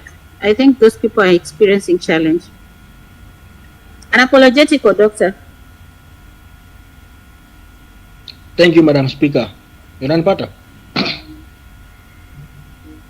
Very clearly. Who is talking? Unapologetic. Okay. Okay. At first nilikuwa nataka niulize tu swali. Majamangu waka hapa. MP amechaguliwa kutufanyia kazi. Sema wewe unafanya kazi mahali unafanya sahi. How comes ati lazima MP alipwe sitting allowance kwa kazi ambayo anafaa afanye? Hiyo ni point ya kwanza. Point ya pili. Kuna watu hapo wamesoma. How can you pay Sudi 700,000, 800,000 na kuna doctor hapa na doctor analipwa shilingi 200,000. Mwalimu analipwa 30,000. That's very unfair. So we are working for that. Kitu number 3. Ati unatuambia at office of the first lady. She's your first lady, she's not our first lady. Shughulika na yeye na pesa ya mshahara wako. Ati first lady wa nani? Pia tutaki kutambua ati second lady. Hakuna. Hata historia kutuambia ati Pastor Dorcas ni pastor wa Gachagua, si pastor wetu. Sasa tunataka tutafuta na kanisa yetu ya Genszs. Juu kama na dialogue yetu hata kama kutakuwa hii kwa exam itakuwa wapi? We should not accommodate the mambo na kanisa. Those are the people who have failed us. I'm a Christian but that at least hata nikuwe Muislamu. Kudos to Muslim family nyaka hapa. Kuna mtu hapa anasema story na SD hata hajulikani kama wako Kenya. Those guys have kept their profile low. They don't participate in such all activities. Lakini tuko na majamaa wetu hapa very angry. Unapeana Bishop V8 first Sunday, the second Sunday unampea Zealand Cruiser zio wote. Kwa sababu ya nini? This is bullshit na nonsense bana. Mimi leo tunasema tu majamaa tujitokeze. It's really bleeding. It's really bleeding. Na to vote out kila mtu kwanza kwa hata let's venye jamaa Isiola amesema ukamu. Isikuwa hata ni story ya jadi nani. Kwanza kwa MCA huko ground. Tufanye election fresh. Fanya election fresh. Competent watarudi, incompetent wote wataenda. We don't care bana. Money has been looted. Na shati watu wataenda tu hivyo. Wale watakuwa voted in, wafanye follow up na pesa zote, accountability. Shame on president. Atunakuja kutuambia hapa now that the financial bill imeanguka ati I will be forced to borrow another 1 trillion. To borrow to do what? Na hata hujafanya accountability ile pesa ziko nayo. Guys, mimi natoka Busia County. I remember last 3 months president alikuwa Busia County, Teso. Ameenda huko ati Arambe. That day the area MP who is another fucking nini malaya Mary Amase ati huyo ndo vice chair wa Ichungwa ati kwa budget umbwa sana Sasa huyu mama anaombea former governor Sospito Jamong who has been with Raila all along wakiloot pesa, alafu anakuja sasa sasa now that Raila is not in government amemditch, amekimbia kwa serikali, alafu the area MP is busy asking for government position for the governor because ati amekuja kwa serikali. Then this bullshit Ruto, fuck you, anakuja kuambia wananchi hapo kucheza na akili ya maboya. Hadi vijana, habari zenu, mnataka tupane wazee kazi ama vijana kwanza? Vijana kwanza, okay sawa. Now that ground tuna watu wanafurahia sasa ati yes, umeona anapenda vijana. Last week nana Jawana Jamong Sospita is appointed as the chairperson of Nepal Ward Nairobi hapa. Bullshit. The man who has brought Teso down since 20 years, hata tujulikane Kenya hii tunahangaika juu ya huyu mtu kama huyo, alafu anakuja kutuambia sasa ametusaidia aje kama people from there. That's why I want to ban this thing called tribalism. Ethnicity tutaki.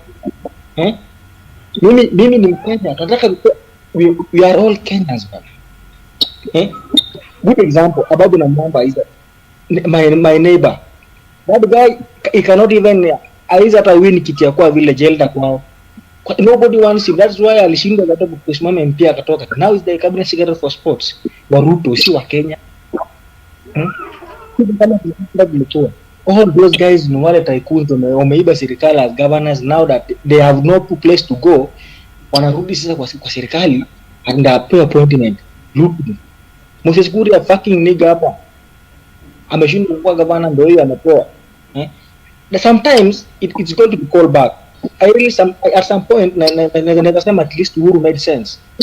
Kama sio Uhuru kupata law sana, Mike Sonko sasa angekuwa amesha appointiwa kitu kama CS, but because of alipinywa akabanua from holding government office na Waititu, that's why they are not there. You see Waititu complaining, pressing Genszs because the law does not agree na yeye kupewa appointment yote. But this guy was ile wanakuja kufanya watu wanaacha samaki kubwa. Kiulizwa anasema you remember last time the other ile fire 6 years after firing 6 years.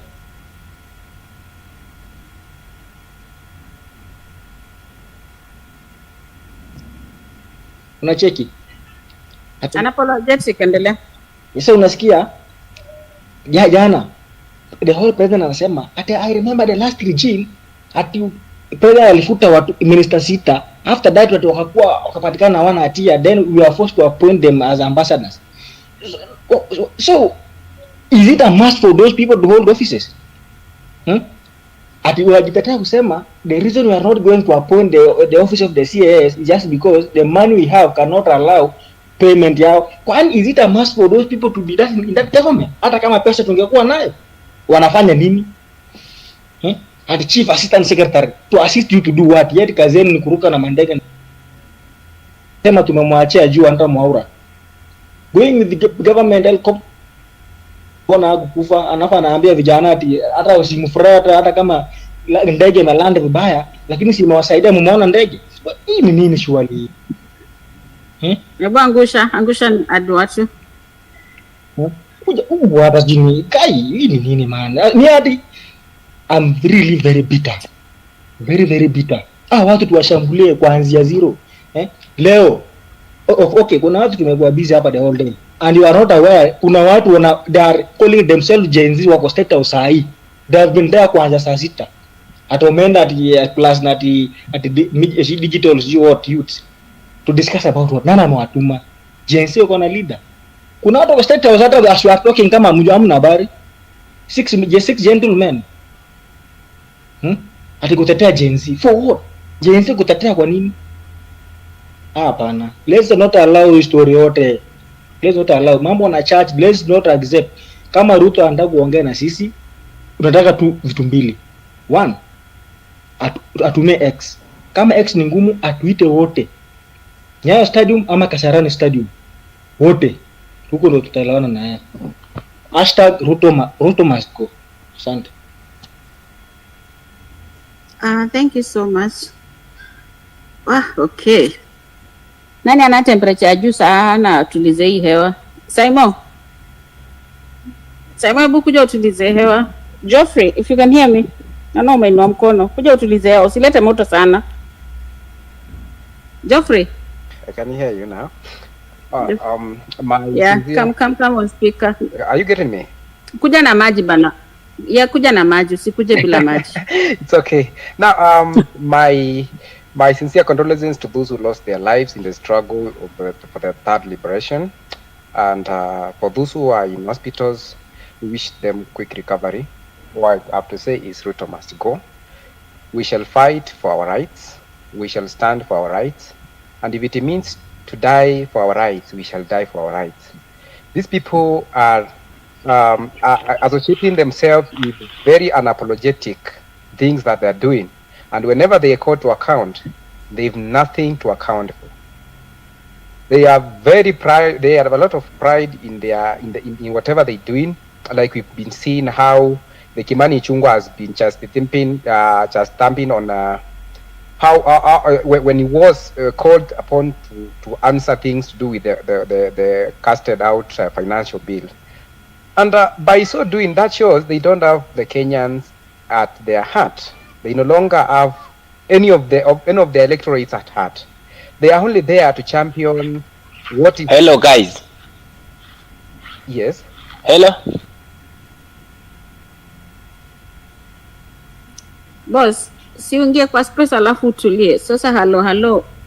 People are talking on the speaker. So just come in and ushike kiti kwanza, tutakupatia mic. Endelea, the speaker was talking. So okay, okay, thank you. Now, if you check how these people are using our monies, our taxes that we are giving out taxes when we are crying with a lot of sweat and all that, you find that these guys doesn't care about the common mwananchi. They don't care about the future of the Gen Zs, of the Alphas, the Gen X, and all that. These people are living in outer space. They're not living in the country we are living in. There's a lot of, like yesterday I was listening to how much we pay how much the government is paying on salaries, 1 trillion plus on wage bill. And each and every day, the SRC commission has always been there to say we're there to work out on seeing how we're going to reduce the wage bill. Which kind of wage bill are they reducing if we have got offices unconstitutional offices that have been made up of the spouses of those who are in office?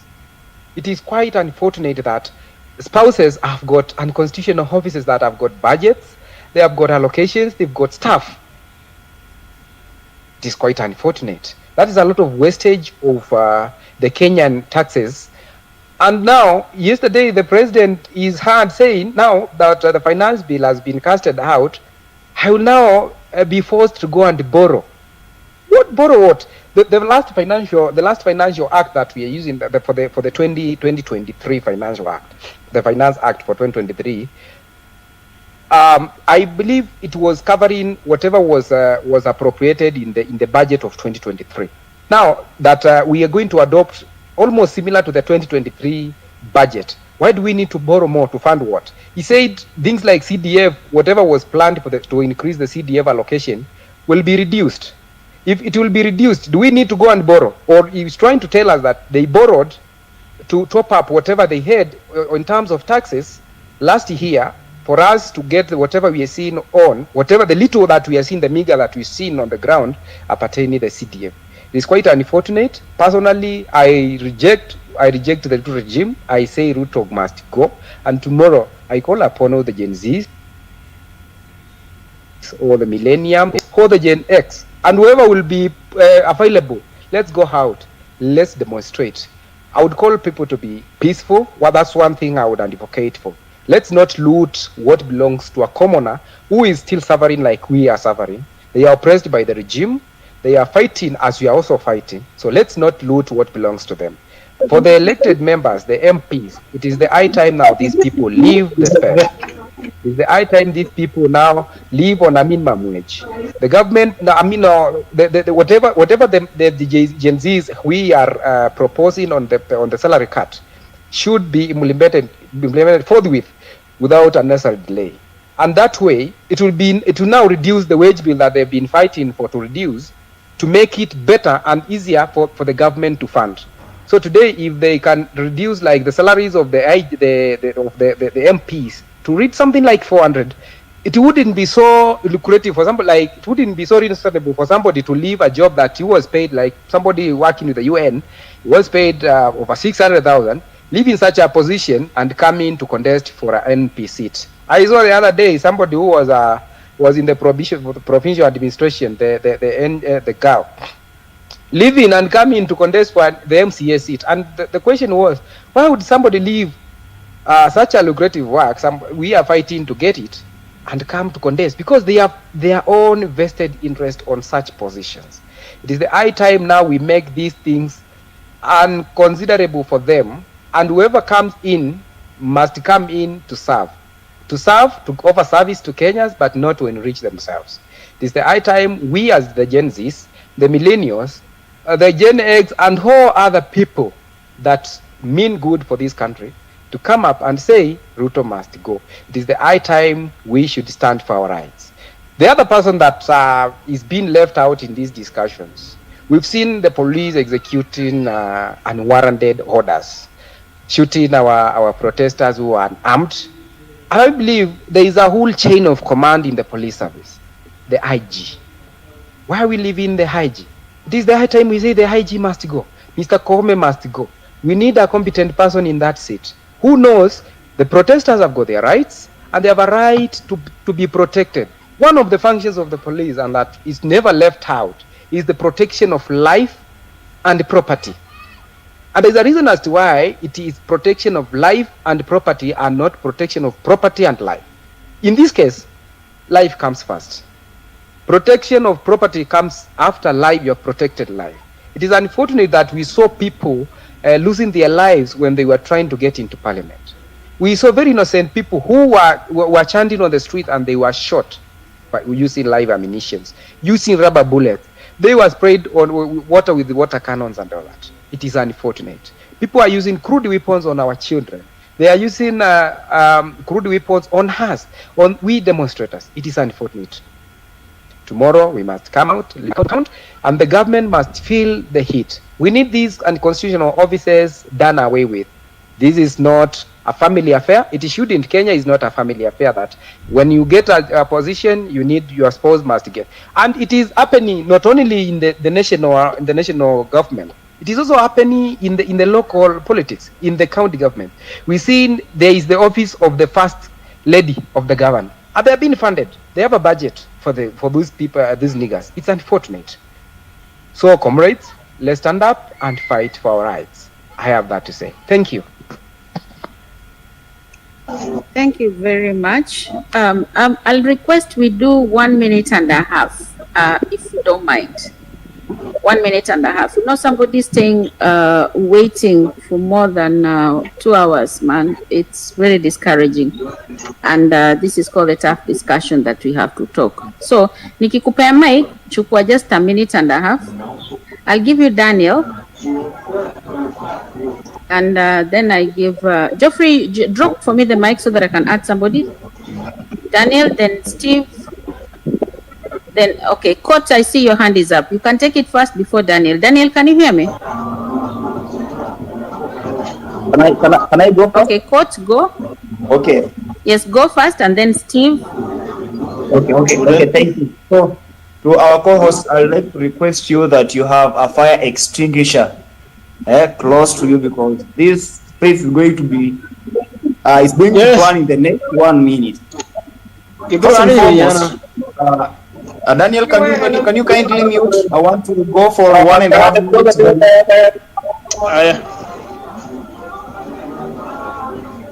Okay, fine. Coach, just continue. They were really distracted by Eddie.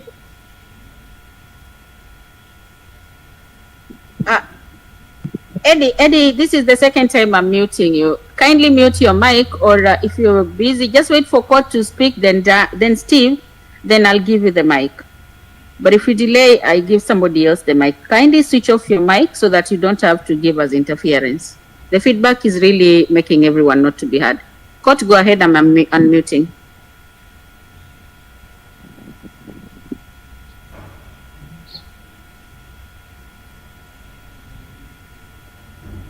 Court?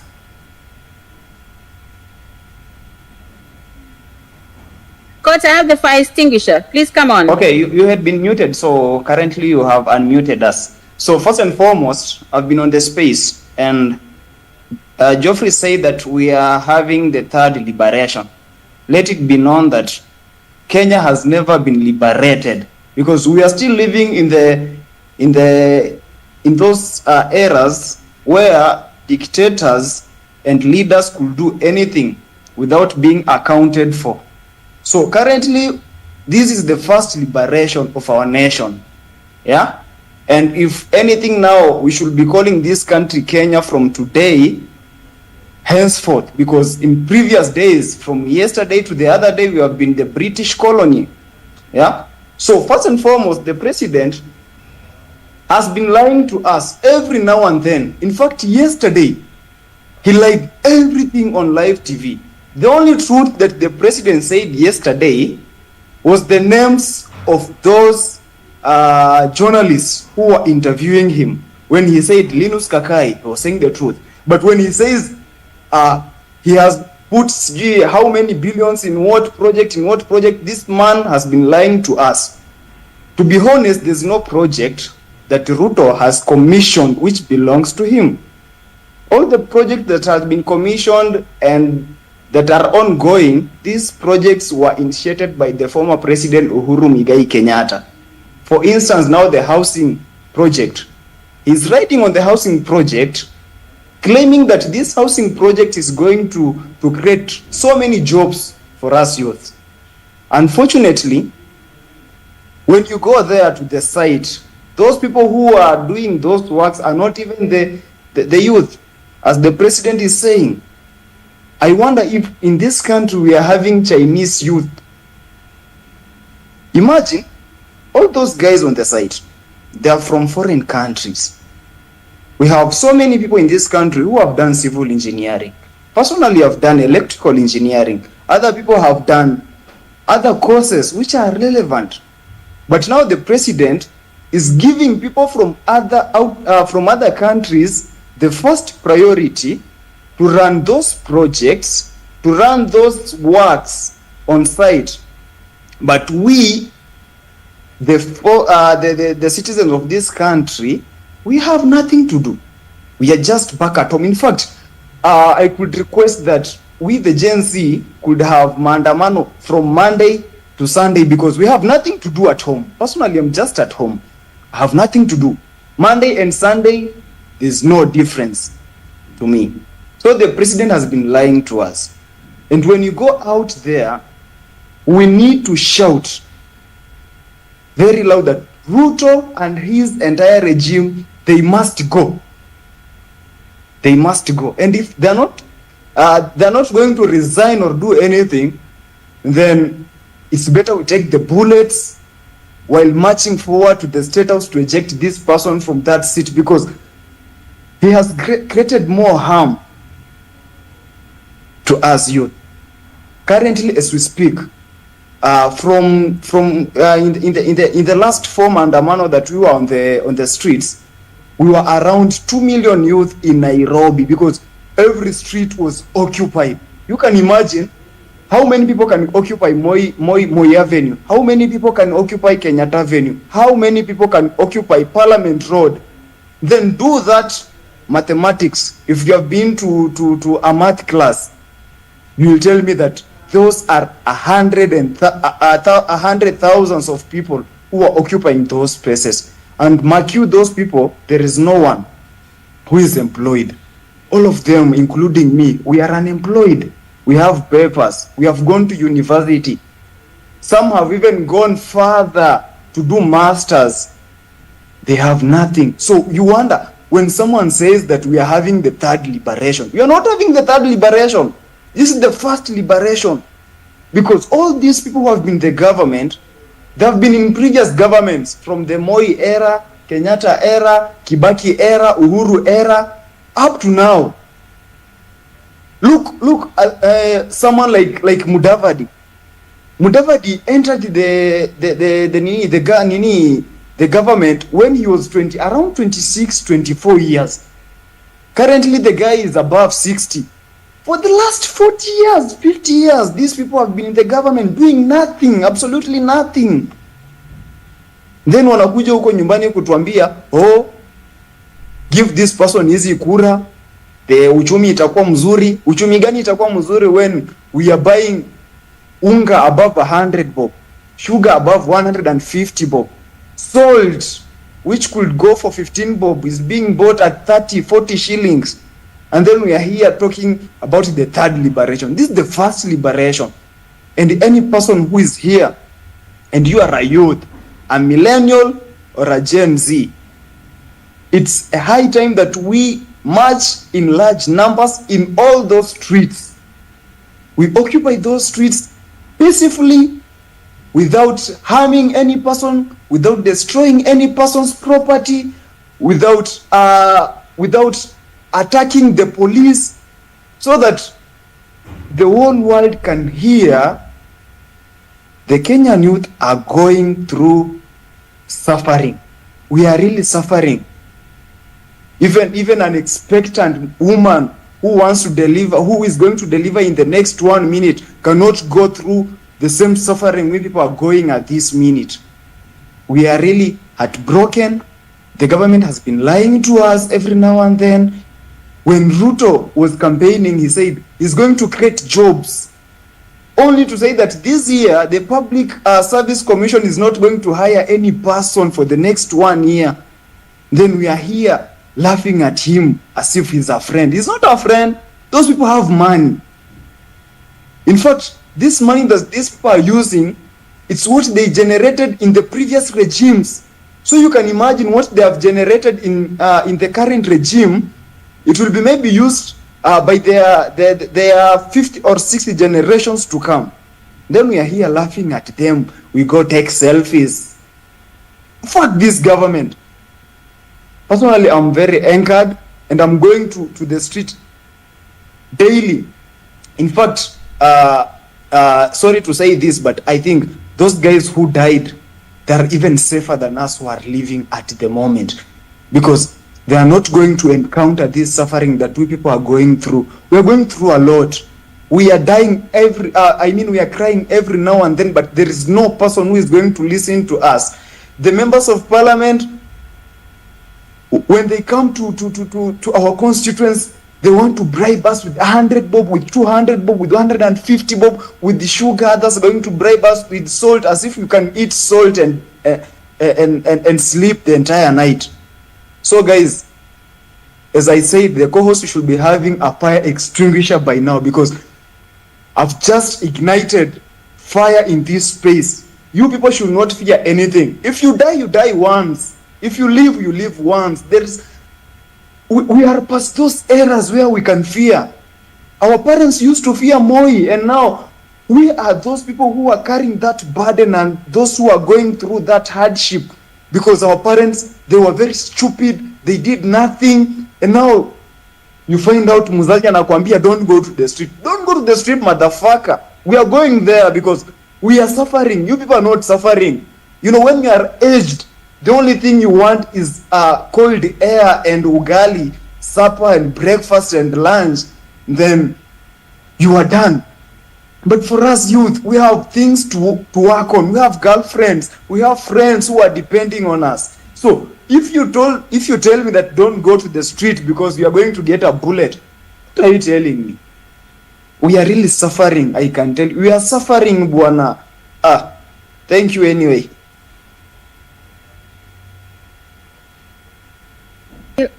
Thank you very much, Courts. I will have to look for somebody with a polite voice. Hii moto ikiwaka hapa hii space itachomeka bana. Check, uko na soft voice ama Jose? I need somebody with a soft voice. Huyu jamaa anawasha moto. Steve, anybody with a soft voice? I think I have a soft voice probably. Can you hear me? Please go ahead, yes. I think every grievance that is on the space is legitimate and justified by all means. Because if you look at the past that we have encountered as young people in this country, it is always a thought that we are the next leaders, we are the leaders of tomorrow. Nobody has ever given it a thought that we are the leaders today. And that is why when we demand, especially when the Gen Zs are demanding today that things change, then it is something that has to be listened to. I happened to come across a certain clip when the president went to Italy, and there was this World Bank president, and they were in a conversation. I think it was I don't exactly remember what they were doing, but I heard the president say that I work for this guy. In short, he said he was working for the World Bank president. I don't know if you guys encountered that. Maybe some of you saw that clip. And then we get to realize that we are colonized by all means. We are colonized financially. We are colonized by the resources that we have are always repatriated from our country to other countries to help them develop, and then we are left to remain where we are so that we don't progress. Nothing new that is coming. Every regime that comes in will always tell us that they are interested in the development of the young people. But at the end of the day, evaluating it, you'll realize that there is really very little that is done for the young people. So when this mandamanos happened, and as they are happening, I mean, it's exciting and pleasing at the same time that they are starting to feel we are no longer the leaders of tomorrow, but the leaders of today. And when we demand that we are the leaders of today, we mean it. You see, the funny thing, every time the president talks about creating employment opportunities, there are three things that he mentioned. One is affordable housing. And I want to ask, we go to school, we have so many faculties in any university, any college you go to. We have varied professions. So if you talk about you are going to employ 160,000, by the end of the year you are going to employ 300,000 young people through affordable housing. Then you wonder, when you do the audit and find out how many people can actually be employed on those sites. In Kenya, we have contractors. Some of them are young. I'm actually a contractor and a youth at the same time. But trust me, you can never get those opportunities even if you are to bid for them. We don't even know the mechanism that was used to bid for those affordable housing. Not that we can't build them, but because these things are pyramid schemes. They are meant to benefit a certain individuals. And I'm sure the president gets a huge kickback. And when people mention guys like Devki, the owner of Devki, that Indian who said Ruto is still young, needs to rule for 25 years, then you understand why he says such kind of statement. Another thing is, when he talks of employment, he talks of digital space. He says that people are going to get employment through what was that? He was talking about, yesterday he was mentioning opening a certain ICT hub in Ruiru. And if you look at what kind of opportunities, if you were to say, for instance, you're a content creator, you're going to start, I mean, nothing the government is doing for you. But the moment you start generating income, they want part of it. Another thing is they are also looking at probably, we have, what do we call these other opportunities that they've been talking about? He has been talking about, last time he has been talking about, ile alikuwa anasema unafinya tu computer, I think maybe academic writing and stuff. Those are things that are personal effort. Those are personal efforts that you put as an individual. At the end of the day, when you get paid, of course, the government has the share of the same.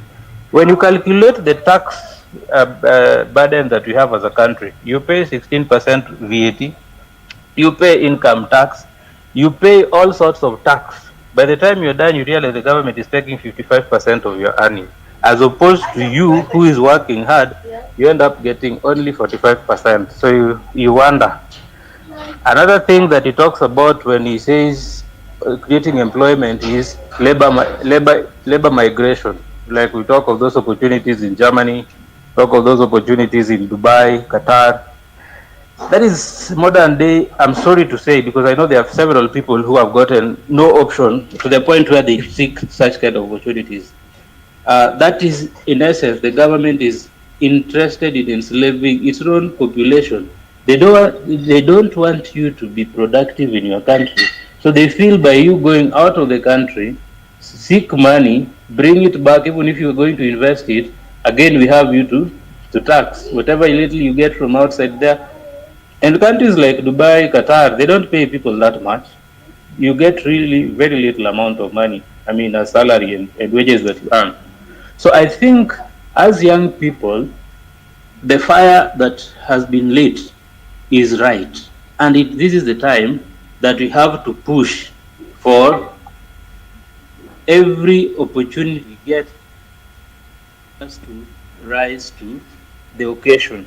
Everyone is actually called upon to make sure that we have the best time to push for our agenda. One, creating employment opportunities in Kenya. It is very possible if we are well coordinated. If you look at the wage bill, that the recurring expenditure in terms of salary that the president was talking of, which is about 1 trillion that he was talking about, you realize that there's a lot of wastage, and that is just the salaries only. When it comes to development, I come from a place called Karachuonyo, Homa Bay County, and there is a road that Ruto has mentioned more than twice that he says he was building. Since the time he took office and went to Homa Bay and launched that road, actually Uhuru had launched that road before. When Ruto came in, he launched it again. The second time he visited Homa Bay, he relaunched that same road. That road has never been done more than 2 kilometers. It is from Homa Bay, it's about 35 kilometers from somewhere called Adiedo to Oyugis. That road has never been done. It is the way it was. Nothing has been going on. The contractors appeared on site, disappeared. The next time he came, they also appeared and then disappeared. So that is the kind of game these guys are playing. So they want us as young people to worship them. They want us to clap for them when they go to rallies and worship places. They want us to follow them and ask for help from them. They want us to be desperate. And if we get to the point where we are desperate, then they get the best opportunity to use us. And by using us, that is when they will. You've seen many cases where so and so as a politician gets to a podium, there's a fight. It is the youth that are made to fight against each other. So I think it is time. And please, one thing I will request from all of us as young people, let nobody go to status and purport to be talking on behalf of the youth. That is the last thing that should happen. Let the president, if he wants to come to talk to these people, to us, the young people, let him come to space. Even if you are going to be 1 million people listening and contributing, let us be that number. Let him come. It's not the time that we are supposed to go look for him. He's the one who is supposed to come look for us. I felt demeaned when Felix Kosgei yesterday was saying that they need 2 people from the youth, that the youth gets to be elect 2 young people to represent them in what you are calling the committee. I don't know what that body is going to be called. Unfortunately, if you can imagine, out of 100 people, they're looking for 2 young people. When you see Madarau Tafarali, you ni Madarau, and you feel they only think that by getting these 2 young people, they're coming to represent us. And when they go there, definitely we know what will happen. There will be no representation. These guys are going to get opportunity to, whatever will be presented to them, they will take. So I love the fact that the synchrony of the whole process of Mandamano has no leadership. It doesn't have leaders who are saying that we are the ones calling the shots. It is aggrieved youth that wants to go to the street. So let us go to the street. Let us push. Every liberation, someone will have to die. And it is very unfortunate that the president doesn't feel. In fact, when he was talking yesterday, there was no remorse from him. You could feel that he doesn't care whether people died or not. I think I've said much. I don't know if I quelled the fire, but that was my feeling. And thank you for the opportunity. Thank you very much. That was a bit better.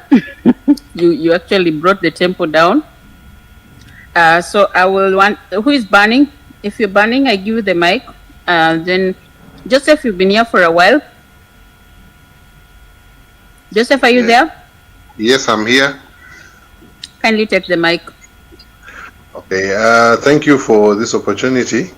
One thing I want to say is that people should go and protest, because this government, as it is, will never change. Because for one, we who have been here for 55 years, we have seen them just do the same thing over and over again.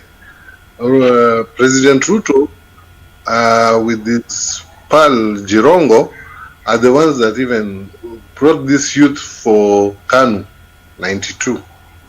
And that started by bringing 500 shillings and spoiling our economy at that time. It really destroyed our economy. So until today, and when he was chosen as the president, he has still got that aim of enriching himself. And I don't know what kind of richness one person can have, actually. What kind of property can one have? This idea of affordable housing. Who is affording these houses? Who can afford these houses? How many Kenyans can actually afford these 3, 4, 5 million shillings they are talking about? Because Kenyans are really living from hand to mouth. They can't even save. Their bank accounts are empty. And we are being told we are doing affordable housing for who, actually? That's the question. For who? Because most of the people who are employed go for mortgages, which they spend most of their time in employment paying. Yet, we are here being told about affordable housing. There's no affordable rent. They killed the rent tribunal because most of these houses belong to them. They're the ones who collect rent.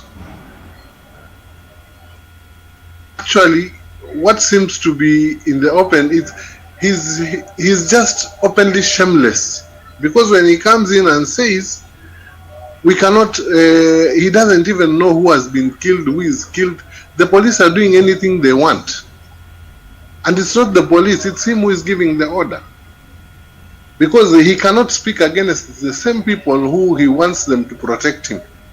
He wants to be protected by the police, so he cannot go and say these policemen have done wrong in shooting Kenyans. He will protect them because he wants them actually to continue doing the same thing. It's better that Kenyans are killed, but he sits there pretty.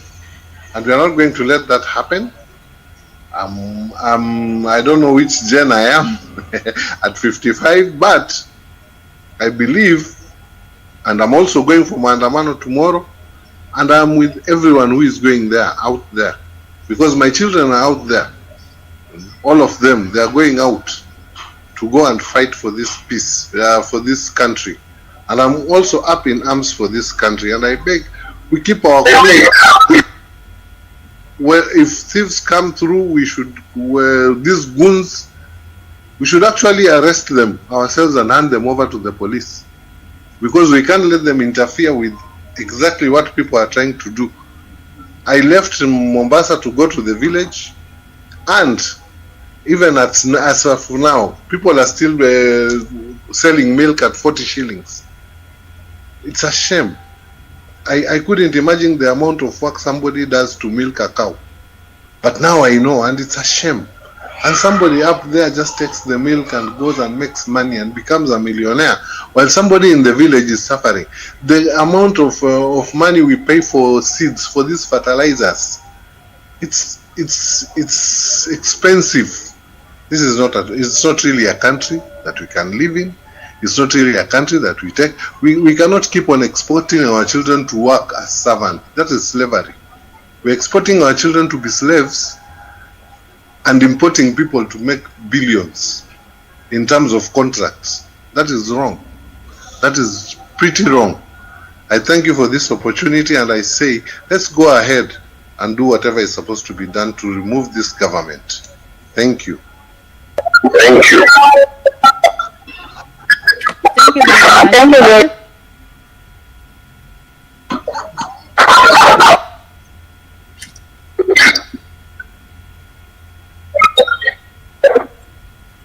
DCI Kakamega, your mic has a feedback. Kindly mute your mic. Kindly mute your mic.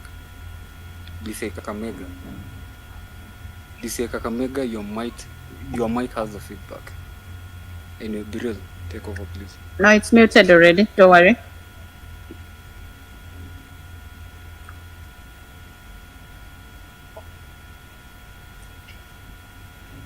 Mohoho, then Victor. Okay, thank you. And then there's some requests. Just a minute. I don't know if you've requested and you've stayed for long. There's some requests we're trying to add you to the speaker panel, but it's not. You're not coming to the speakers. We find that new speakers are picking it before you. Account. Biril. So I think shida ni account. Shida si wewe. Hapo ni account zao. Like you try to add them but zinakata. Either account zao zinakata ya ama hata upate speakers walikuwa wameja. We can only have 10 speakers. Ndio maana nasema as long as ushaongea just drop the mic nipatiane huku chini kwa over 20 request. Na kwa hii space kila mtu anaongea. Huku watu ni mani hakuna classes zimo some shit. Kila mtu lazima aongee. So Biril, kindly take over. Thank you very much. So Josh will go, and then Mohoho, you're the one who was speaking. Then Josh, then Victor. I'll give you 100 to let you know ya kuwa tunakusikiza. Yes. Okay, thank you for this time that you have given to me. First, I will start by sending my condolences to the families which lost their beloved people, the children and sons. And today we gather here, not just as citizens, but also as advocates for justice and accountability. As a speaker at this esteemed platform, I feel compelled to address the grave concerns surrounding the governance of our country, particularly the rampant issue of bad ruling and police killing that have plagued our society. In recent years, I think you people, you have seen and you have witnessed a disturbing trend of governmental decision that not only undermine the rule of law, but also perpetuate injustice. These poor rulings have eroded public trust and have created a culture of impunity, where those in power believe they are above the law. The issue of police killing is another critical area where the government has failed its people. The excessive use of power, for me, venye mnaona, is too much. Families have torn apart, communities are in fear, society, people wanaogopa vile watoto wanakufa, na wengine hata wa home abduction is too much. The government inaction sends a chilling message that the lives of its citizens are expendable and justice is negotiable. So I think even the president himself anasikia hata ajui watu ambao walikufa, and we can't give a fact to such a thing ambapo the president himself ajui hata chenye ina run towards the country, meaning he knows only what surrounds him. Moreover, the role of the church in this context cannot be overlooked. Historically, you people know the church has been a beacon of hope, a moral compass guiding society through turbulent times. However, it is disheartening to see the church today aligning itself with the government. You people saw the church, 96 bishops going to the state house, wanaenda kuongea, sijui wanaongelelea nini. First, the church should have settled with the people, the congregation, the society, wajue nini tunataka. But now they have gone there kuongeleshewa themselves. Now we think the government, there is the government and the church itself, and there is us. Another thing, we must ask ourselves, what kind of future do we want for our children? One where injustice and impunity are the norms, or one where every citizen is valued and the rule of law is upheld. It is time for us to demand better governance, to hold our leaders accountable, and to insist on our society where justice is a privilege for the few but a right for all. In conclusion, let us remember that silence is complicity. If we stay silent, we will complicate many things. We must raise our voices against bad governance and police brutality. We must urge the churches to reclaim its role as a moral guide and stand firm on the side of justice. Together, we can pave the way for a brighter and a good future. Thank you. Thank you.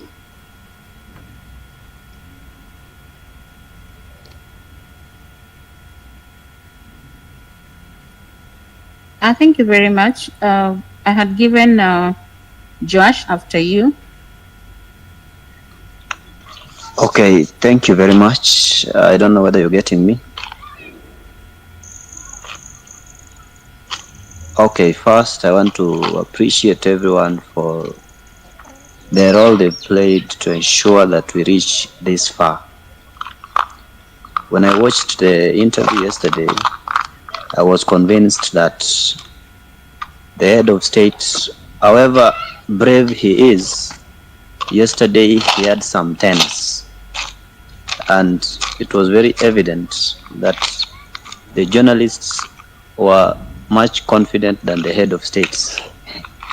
From his body movements, his voice projection, his appearance on the face. And yesterday, he did not bite his lips as he usually does.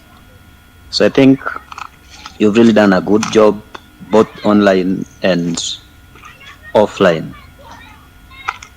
I want us to observe that President Ruto has been very tactful from the time he got into the office. First, he started by empowering his boys and girls, that is the policemen, adding them some little salary to make them very much obedient. I don't know whether you people observed it as well. Secondly, yesterday, after being cornered, he decided to accept everything.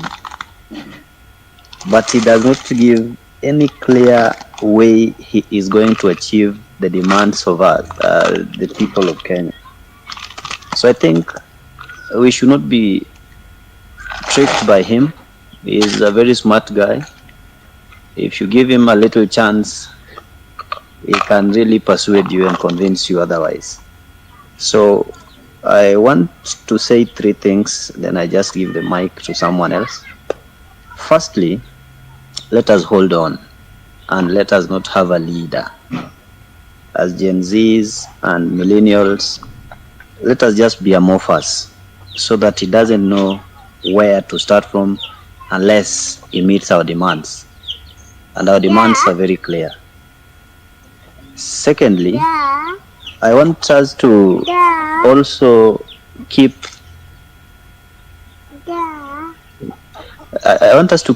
our minds clear so that we don't get corrupted. Money corrupts. There are only two forces that corrupt people, that is money and affection. So let us be careful not to be corrupted with money, because the money that is given today surely cannot help you tomorrow, and if it can help, it cannot help your children or your children's children. We must make it better. Thirdly, one thing that makes us to suffer the most is a decision that was made by the first president of Kenya, that is Jomo Kenyatta, to make Kenya. Sorry about that, Josh. Polycarp, check the connection. The spaces may drop. Check connection. I was saying that being a pure capitalist society intertwined with a very fake democracy